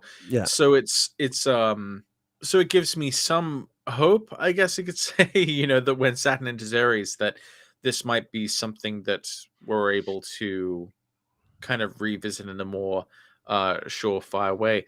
I was almost surefire. I see what you did there. I was almost convinced that after the Newtown shooting, where all those little kids got shot at the school, I thought there was a possibility that something might actually happen then, because obviously it was so just heinous and hideous what happened, that surely, the United States could do something about it. But also because Saturn was in Scorpio. And I thought, well, if Saturn in Aries does this, maybe Saturn in Scorpio might do this too. But it seems like it wasn't quite enough. And it seems like Saturn in Aries has been the more consistent astrological sign of this kind of thing happening with some amount of success. Of course, we also have to consider that another reason why this seems to keep being a problem for the United States especially is because the Second Amendment was officially ratified while Saturn was in Aries. This is key. This goes back a long way, and so especially with the fact that there's going to be this like Saturn Neptune conjunction in Aries. It just makes me think like, okay, well, maybe the United States really does do what's necessary finally to actually combat this issue, but there'll be some pushback. I mean, because the thing that the Second Amendment supporters fear most is the government doing anything reasonable or responsible about weapons. So I can imagine that if there were leaders in office at that time who actually ended up going ahead and doing something sort of more bold, or more up to the challenge, that you could have some real you'd have people for whom their greatest fear is like finally coming to, coming true. Maybe what'll happen is, a Democratic Senate and Congress will vote in some kind of new gun bill, but President Trump will veto it. But then, the Senate will have such a majority that they can veto his veto. Yeah, it's hard to say what I mean. Obviously, yeah, I mean that, and since I've brought this up, a lot of people have been saying to me, well, then that would have to mean that the Democrats maintain control. Not necessarily. That would be something else, though. That would be something else, though, if a Republican Congress introduced a gun bill. That would really, things would have to get to some crazy level for that. Things would have to be really insane. Yeah, things would have to be really topsy turvy to get to that. And I mean, they're still struggling with this whole abortion thing, and just the fact that they have to like give it up as an issue, probably, that they'll never win another election again, so far as they're fighting that, dying on that hill. During the Newtown, so Gia Cosmic Valentine is saying, during the Newtown shooting, it seems Saturn contributed to the government digging its heels in a no matter what kind of way regarding the Second Amendment. I don't know. That seems to be they seem to always come out when there's some shooting and yeah, well, that so Real Darko Art says NRA would have to stop paying their tab. I mean, yeah, let's not overlook the elephant in the room. Money is how business gets done in the United States, because it's not in practice, not a democratic republic, right? It's what open for the highest bidder. I don't know what you call that, an auction. Maybe there's a better word for it. A commodity. Plutocracy, kleptocracy, oligarchy, oligopoly. I don't know. Take your pick. It's there in some variation. You go back 60 years, and the NRA were at the vanguard of wanting like good gun laws. Like things really unraveled. The NRA used to be in a very different sort of well, remember the only reason why there were gun control laws passed in the late-ish 60s when Saturn the Black Panthers. Just because of the Black Panthers. And that did happen. That happened. The Black Panthers showed up at the California State Capitol in May of 1967, which is just after Saturn has gone into Aries. That's a really good point, actually. I'm realizing that's got to be like a month or two into Saturn being in Aries, sometime in the spring of 67. Yeah. And I know it's May of 67. So yeah, and that is the thing. Like, until the Black Panthers did that, it really wasn't much of an issue. Then it was like, oh, really? You can do that? We should, right. People suddenly had a very strong interest in open carry. Right. Well, and I think this is made really clear about the fact that, the NRA was totally silent about the death of Philando Castile, who was a black man who legally owned a weapon. I think was even a member of the NRA, but he was gunned down by police in a routine traffic stop type situation, and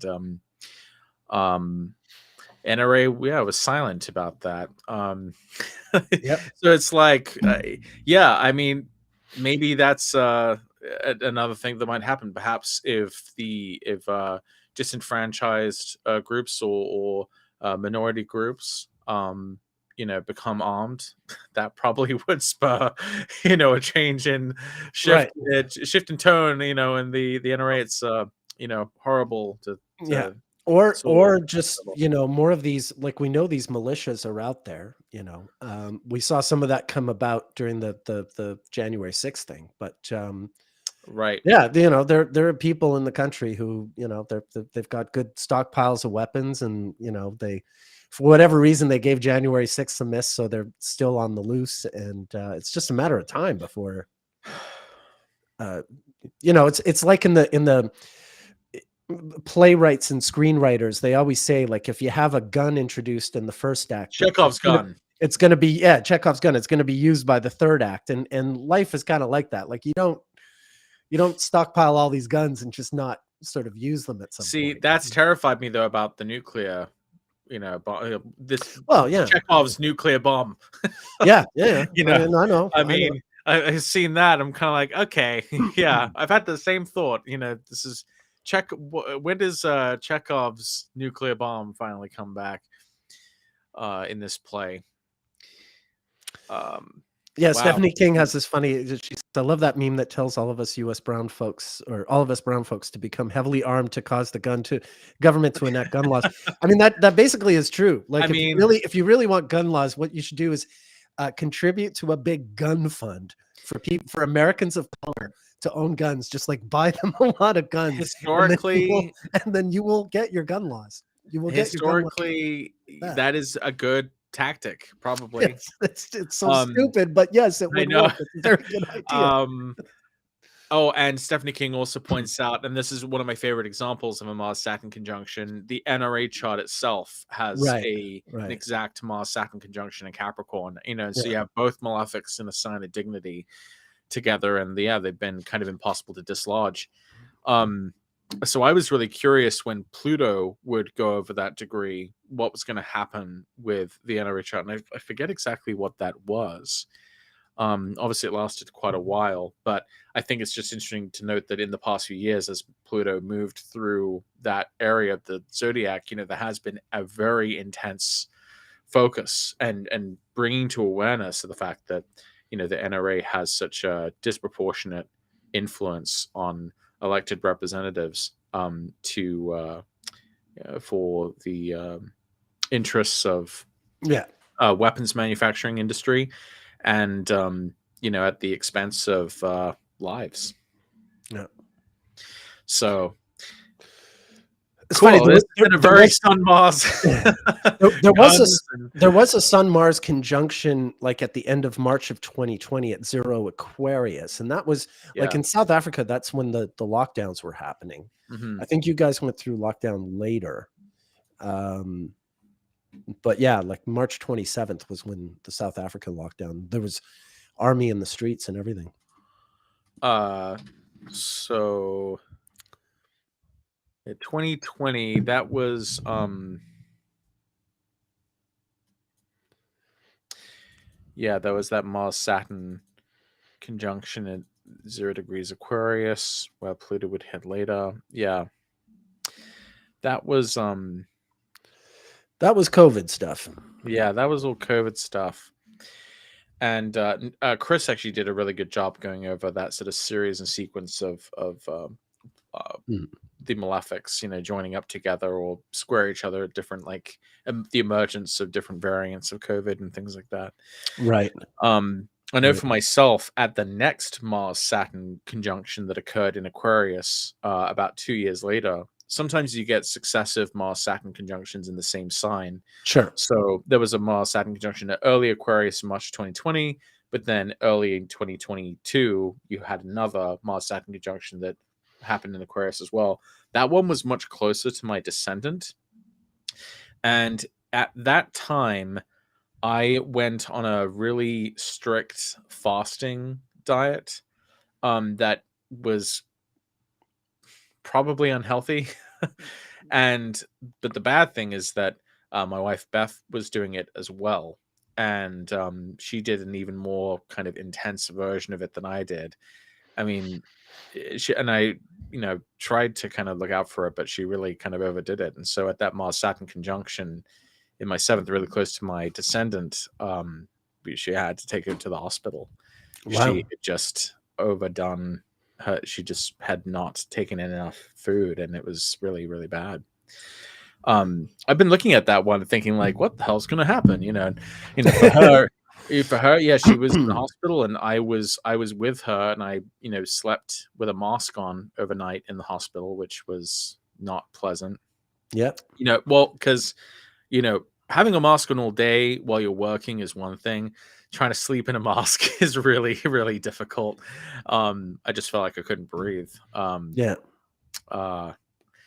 It was awful. That was terrible. The mask thing was easier for me because I had spent the past virtually decade practicing breathing exercises for my sleep apnea.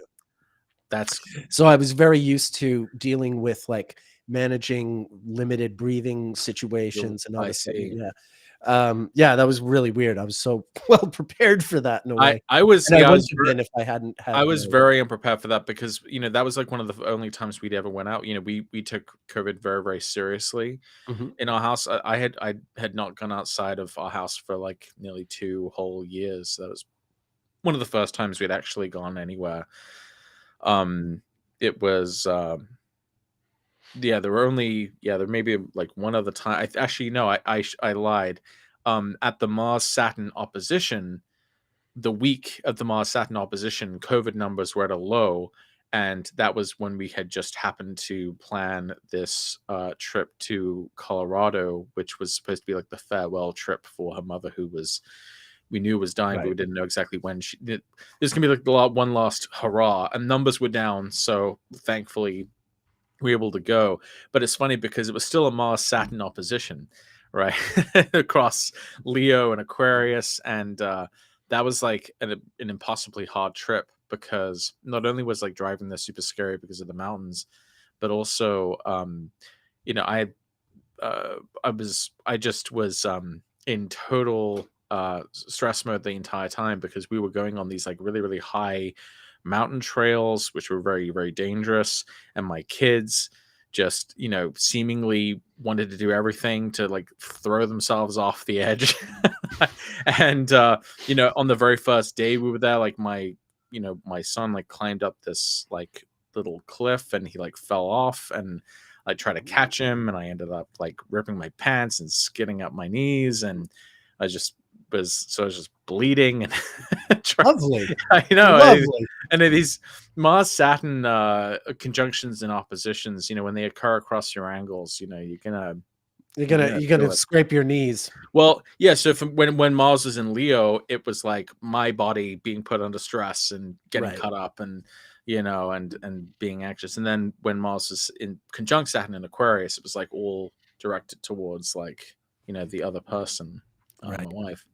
What do you recall from those conjuncts and oppositions? Did Well, you emerge it's unscathed? it's yeah, the conjunctions and oppositions not so bad, but there is something funny that happened. Um, First, I have to take you to the first weekend of May of 1971. Okay. I'm a few months shy of 3 years old, and my parents move into our new apartment on Debouillon in Montreal.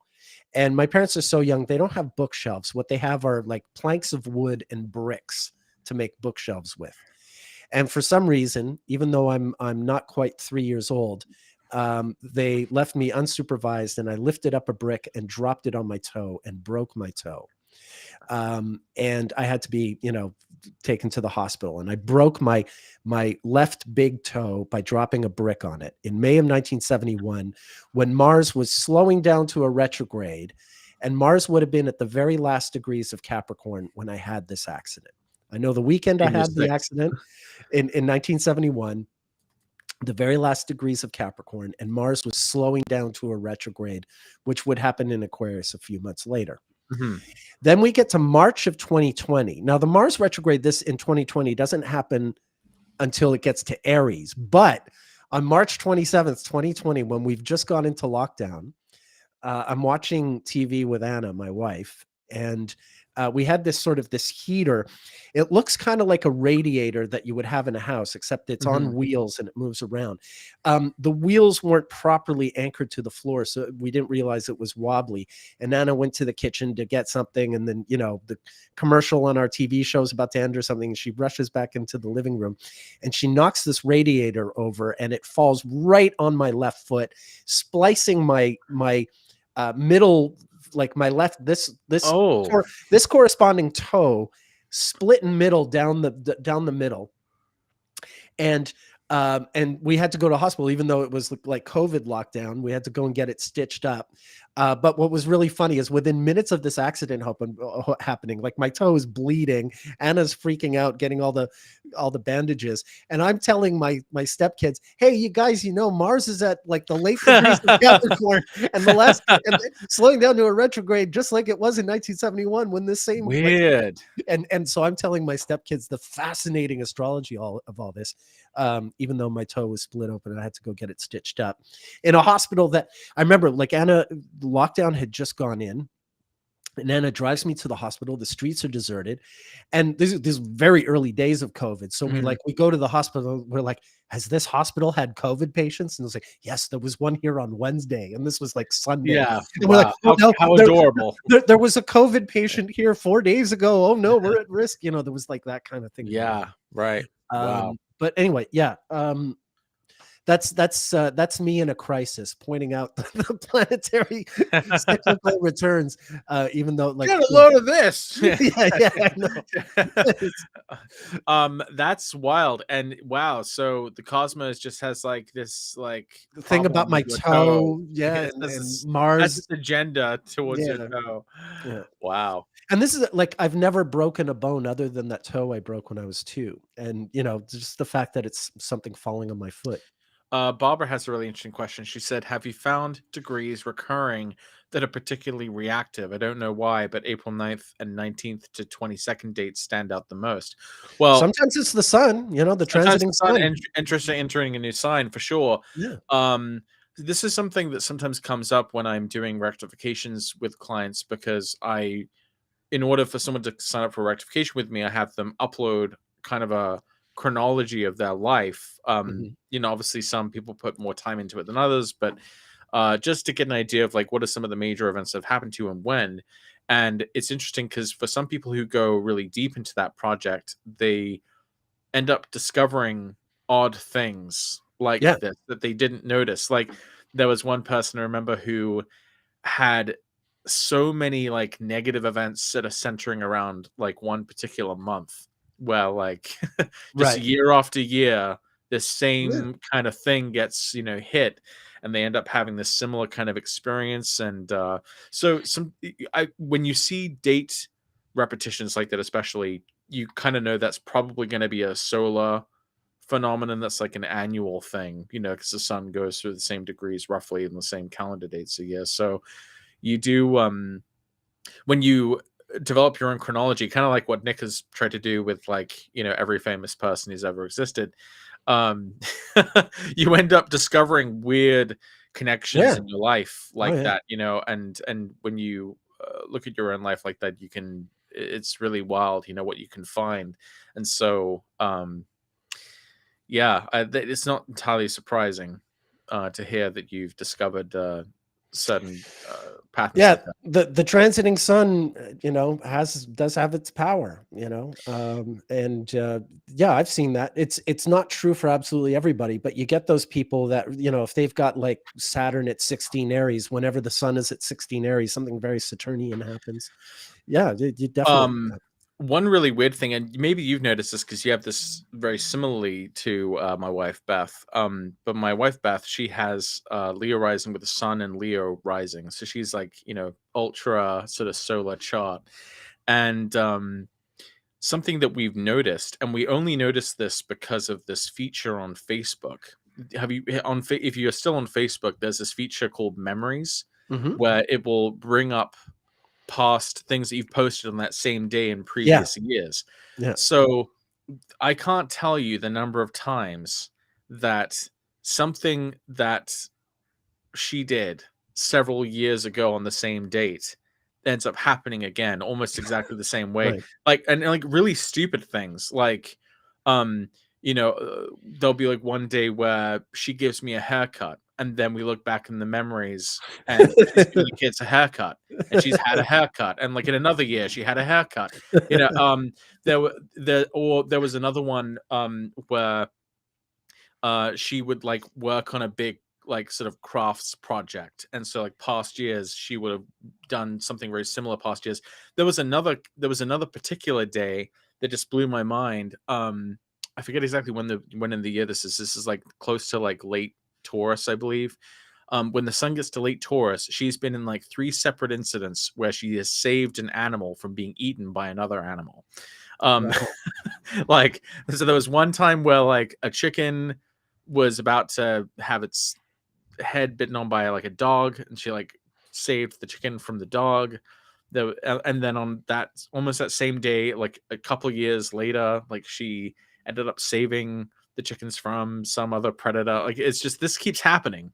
Where... she's the reverse of the little old lady who swallowed a fly. Right. She's the reverse of that. The other kind of wild... Stephanie King says, I love FB memories for Astro hindsight into It's transits. true. No, It's quite amazing. I've seen things like this. None that I can sort of recall specifically, but yeah, they're dumb things like the haircuts year after year. Maybe part of it's like, I mean, I'm sure like a skeptic would look at this and just say, okay, this is just like pattern recognition. But like, some of these things are so we always get that. Oh yes, we always save, animals from being killed at Lake Taurus. We always do that, don't we? But the other thing that seems to be so important for Beth is when the sun ingresses into a new sign, she like goes into like a different mode, and there's often like weird things that happen right around the time of the ingress that kind of almost announce that we've arrived. Like, I remember last year the sun entered Leo, and it, out of nowhere, seemingly, this like giant sunflower had emerged and was like just waving at us through the window of our living room. It's like one lone sunflower that seemingly appeared overnight. But on the day the sun ingressed, it kind of was there. It's like, okay, what is this? And then in that time, she often, when the sun's in Leo, she often does like a creative project. So like, last year she like auditioned for a show to perform in. That was kind of her big like sun and Leo thing. And then when the sun goes into Virgo, she often takes like a big like major project. Her least favorite part of the year is January, February, right? When sun's in Aquarius. So it seems like literally, because she's represented by the sun, she seems to just be very like in tune with these annual events. And I would think it would be similar for you, as a sun ruled individual, but the sun rising, you would have kind of a closer connection to like eclipses and solar events like this. Yeah, maybe you would think I'd be more aware of it. Definitely some solar transits. Yes. I don't think I'm as extreme as Beth though. I think that at the end of the day, like, I mean, my chart is technically nocturnal, although, like for ZR, it works better treating my chart as a diurnal one. But my chart is just weird because there's a angular Taurus moon at the top and an angular sun below the horizon. And yeah, they're kind of like duking it out, if you will. Right. So I think probably, I would have to be a lot more aware of sort of lunar things. But yeah, to some degree, I'd say that this is relatable, but I don't think I'm as like sort of extreme as Beth. Yeah, hers is really uncanny. And much more so than even for myself. She is just like really locked in to the sun and what it's doing. The sun just had this eclipse in her third house, and so she's been in talks with her sister for her to move out here as well. Like, that's what's been happening with the eclipses through the fourth and going into the third. It's been all about sort of getting the family kind of out here after the passing of her mother, which was another big storyline that happened through those eclipses in her fourth house. So yeah, I mean, it's yeah, I mean, eclipses in general are big, but it seems like especially for people who have like the luminaries in these kind of angular places, I would think that they would kind of show up in a bigger way, in the same way we've seen for other planetary combinations when people are born at those kind of turning points of the cycles. The recurrences and stuff. Yeah, for sure. Yeah. Well, we should touch on a few comments before we wrap up here. There've been a lot of really good ones, and some that we've just sort of blazed over because we were talking. Yeah, sorry. No, it's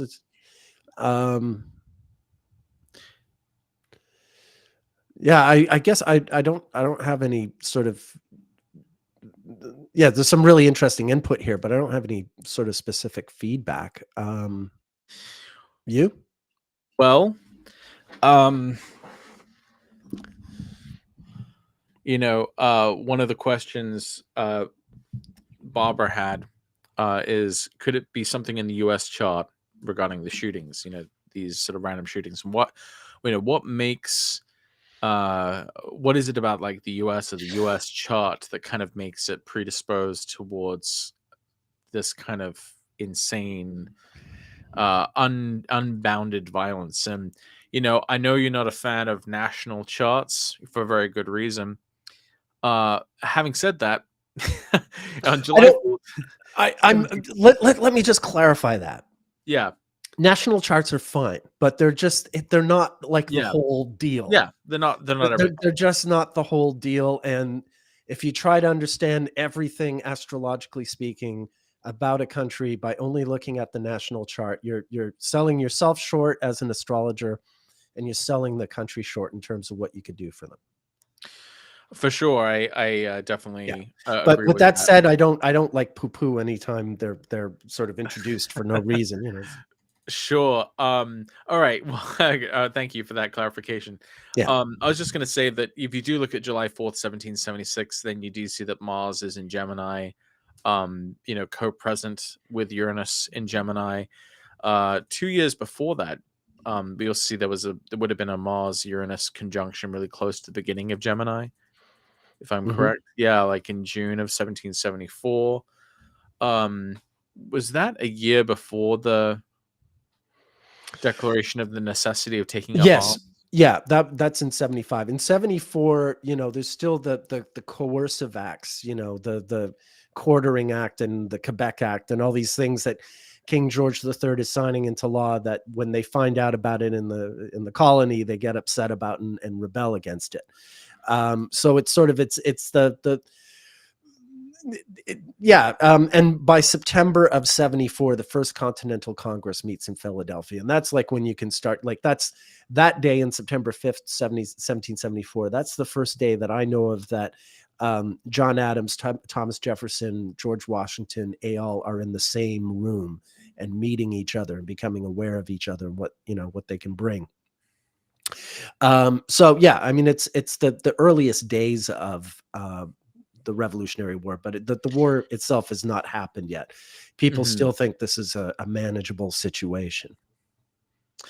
Yeah, I mean, another way to think of this is maybe that it's not just rooted in the national chart, but also as if we do look at it as maybe a more modern phenomenon. I think it's interesting when we look at, for example, like when the AK-47 was first tested, which seems to be like the weapon of choice for these mass murdering assholes. Well, that's a Soviet gun. It happened. I found the date of it, and I forget the exact. I think it's sometime in 1947 because it was a Mars Saturn Pluto conjunction in Leo. Right. When it was it says designed 1946 to 48 on the wiki page. Yeah, so there's a specific date where it was like first tested, and on that day you have Mars, Saturn, and Pluto with Leo. Okay. I believe it's late 1947. Definitely, like in South Africa, it's well known because, of course, the Soviet Union was supplying the ANC with guns back in the fight against apartheid. So there's a lot of those AK-47s sort of still, hanging around South Africa. I'm like, if you're driving down a street in South Africa and someone, carjacks you, most likely they're pointing an AK-47 at you. It seems to be the gun of choice down there as well. But I've never understood why it's one in the US, because it's a Soviet gun. Like, it makes sense in South Africa because these were military weapons that were being supplied. I've never really understood how the AK-47 is such a force in American culture, but I'm not a big. I know virtually nothing. I don't know anything about guns. Yeah. But it's an interesting question. It's like, why is that a thing? I don't even know the names of guns. The only reason I know the name of the AK-47 is because, like, I was listening to NWA in 1988 or whatever. Like literally, like that's how okay. I've heard the name of that gun in a song. Right. Yeah, I mean, I guess I would have to do more research and looking at the maybe the history of guns, charts of like Smith and Wesson, and all the stuff kind of goes back to very like interesting. Aries stuff. I come up against it because I study a lot of military history, but the like military historians proper are like really into like the guns and the maneuvers and all this stuff, whereas I tend to be more about the diplomatic actions behind the scenes, less about sort of the combat. But anyway. So yeah, why the US has this particular kind of issue with unbounded weaponry? I mean, yeah, my best guess, if we're using a national chart, would be like, yeah, July 4th, 1776 does put Mars and Uranus in the same sign.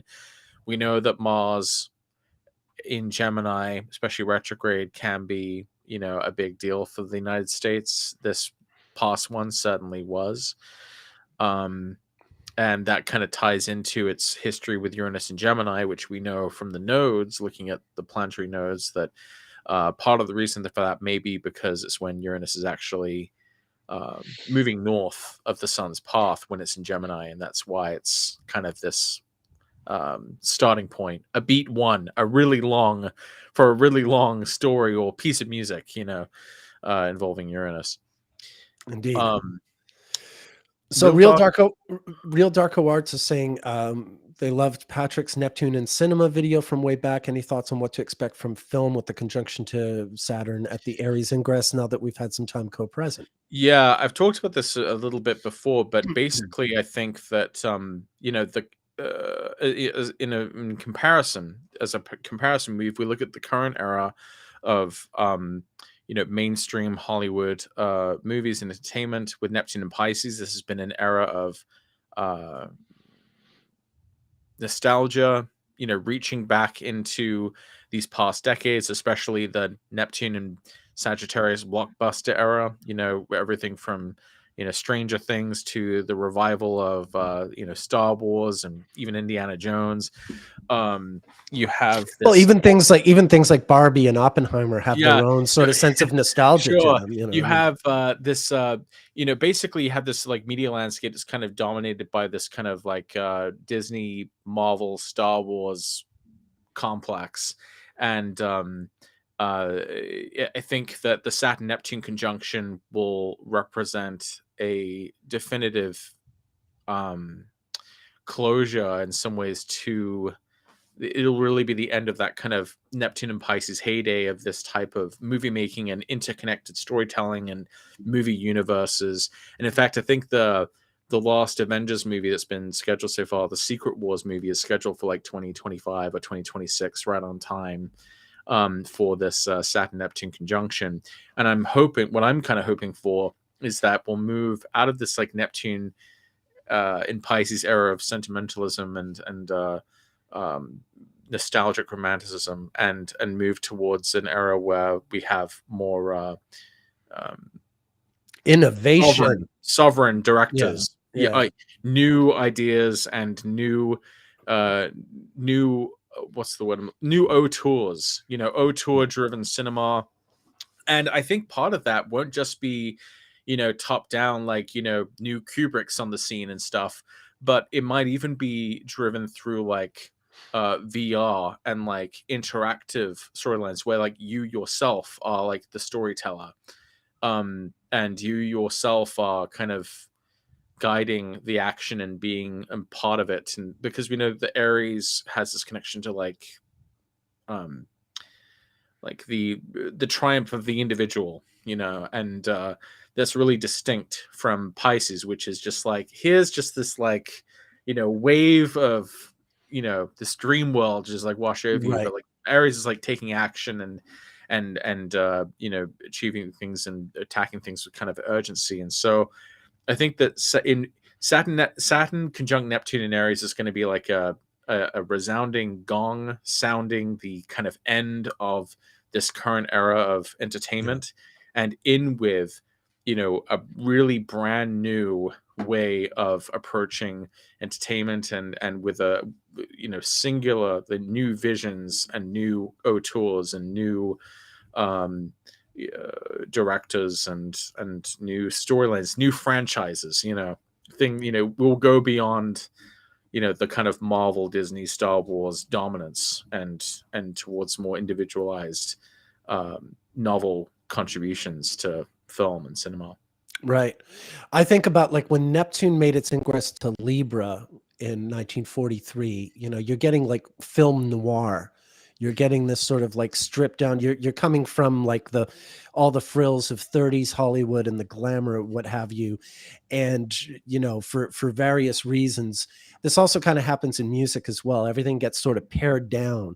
You know, you go from big orchestras to small little jazz groups. And similarly in cinema, you go from like Gone with the Wind and Wizard of Oz to, you know, little sort of cinema film noir movies, you know, Bogart and yeah, Orson Welles, and you know, that all that sort of coming in. So yeah, and I think Aries is really sort of about innovation, about sort of doing what no one has done before, going where no one has gone before. So I do imagine it's going to signify something really like a major break, not unlike what happened, like, you know, when Star Wars was introduced. That wasn't at a Saturn Neptune conjunction, but when Star Wars was introduced, suddenly like everything that had happened before was irrelevant. And I think we're coming up to that. Like whatever the cinema of 2024 is going to be, it's not going to mean much compared to what happens when 2025 comes in and we're really in a new world. Right. You know, I think of Saturn and Neptune as well being kind of present at these times where special effects have been able to make really big advances. And actually, with VR, that seems to be a theme as well. In fact, in 2016, during that Saturn Neptune square, that's when we got Pokemon Go. You know, which is where people, right, the game that the people are could like see the virtual monsters in the real world. You know, right.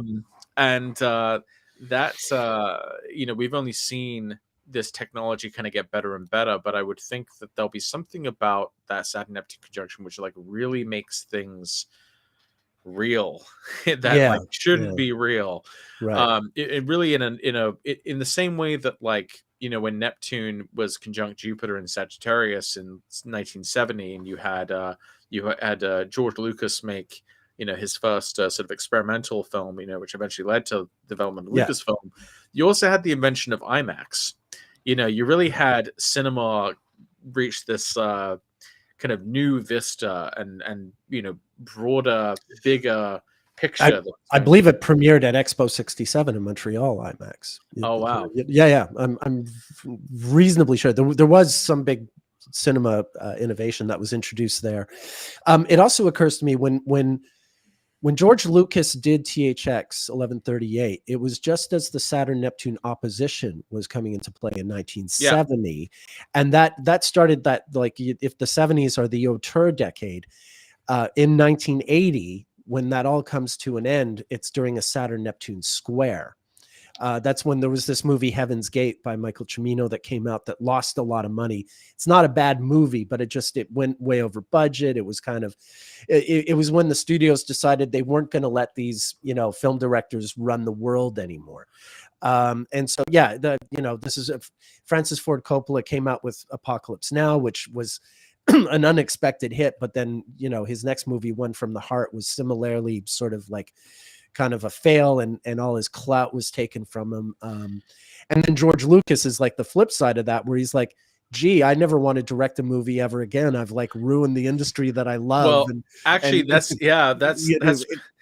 that's really interesting. You know, I feel in some ways I feel really bad for George Lucas. Yeah, me too. Because he is he's really an artist, and he really has never let go of that.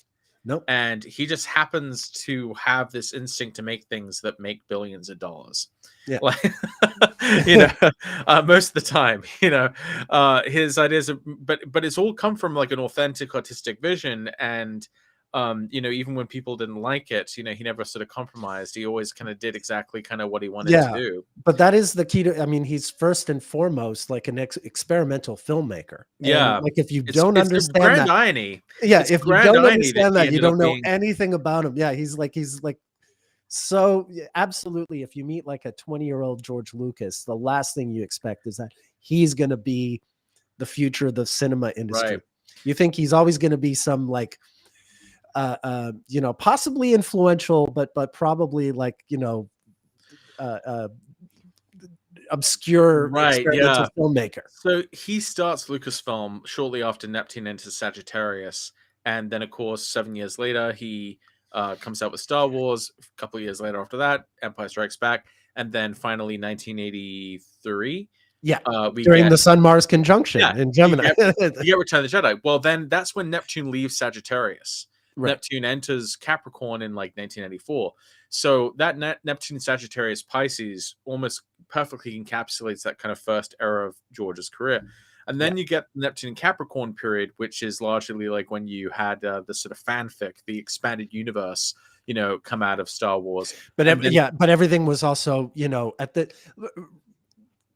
it was more about the toys and the McDonald yeah, collectible cups and the all that stuff. but then Neptune moves into Aquarius in like 96. 1996, Yeah. and this is when George is hard at work creating the Right. prequels. Yeah. And those movies, whatever you think of the prequel movies, were another. I mean, really, when you think about the prequels of Star Wars, they don't really make sense for being like big Hollywood blockbuster movies. I mean, he literally made a trilogy of movies about about a tragedy, a tragic character that also mirrors some sort of commentary about how democracies can fall to tyranny. This is usually these stories Pretty heady stuff, not meant to sell toys and maybe cups. it wasn't made absolutely perfectly well, but it was absolutely the kind of message that George wanted to talk about. And Well, when it comes to the younger generation, they love those movies more yeah, than our Star Wars movies. So it's just that. I mean, I grew up with the old ones, but I liked the prequels. And then when Neptune got to 0 degrees of Pisces, Disney bought Lucasfilm. So this Right. is like a Neptune square since Lucasfilm itself was created, and this kicks off the whole Disney Star Wars era of creating the sequels. And that had some issues. Saturn squared Neptune for a lot of those times, and it wasn't quite as those kind of fell flat on the face. And they had some success with like Mandalorian and with some of the sort of Disney Plus shows, but that's kind of how I see the. Thankfully, no one's blaming Ms. Kennedy for any of this. No one's getting on her case about it or anything. Empire Strikes Back was a Saturn Neptune square movie, which I also find kind of interesting, and because that's actually the most critically acclaimed one. Yeah. I mean, yeah. It's an interesting point that you make. I think you're absolutely right. Like the transit of Neptune through Sagittarius really does beautifully bookend his life from like the failure of THX. Like when he filmed THX, Neptune was still in Scorpio, but by the time the movie studio is telling him like, this is a dud, forget about it, Neptune has gone into Sagittarius, and it does stay there until just before or just after the release of Return of the Jedi. Neptune in Sagittarius really captures all of those kind of blockbuster. That's where we even get that word. That's when it kind of came about. Was Jaws and Star Wars having lineups around the block.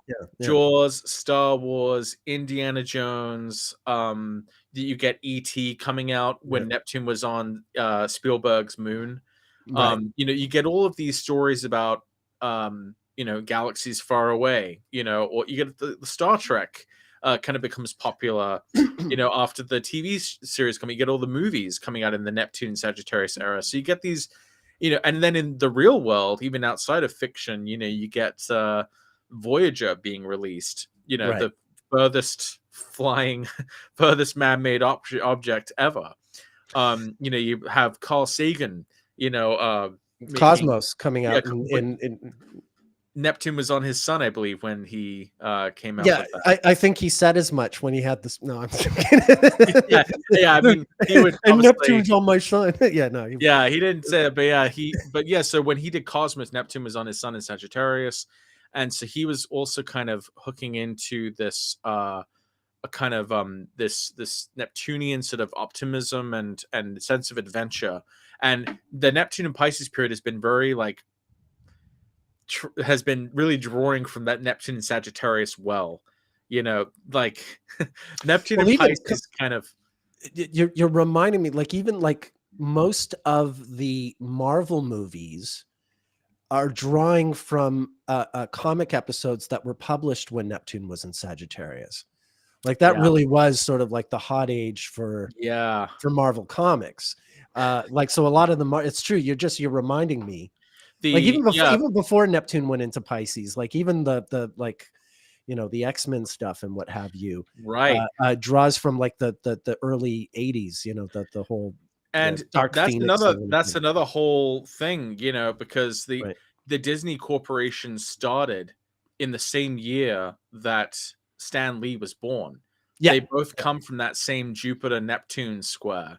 And you know, they both have these like fates in some ways that are kind of interlinked, you know, when those companies finally join hands. And that's a whole Jupiter Neptune story that we can see as well. And even though Marvel came out with a bunch of movies in the early 2000s during the Neptune and Aquarius era, It hadn't consolidated you yet. don't get the Disney Marvel era. You don't get like the MCU until that Yeah. team up happens. The Avengers, that was huge, right? That was when Neptune finally had entered Pisces, and suddenly we're in a new situation here. Yeah, where you have all these different movies, individual movies that are part of this bigger movie, and yeah. Yeah, and it was so much fun. Like that was an incredible movie going experience. Yeah, I mean that was because that's when I was reading Marvel comics in the 70s and 80s. I mean that's what the comics were like. You could be reading a Spider-Man comic and suddenly Iron Man, for whatever reason, came into that issue and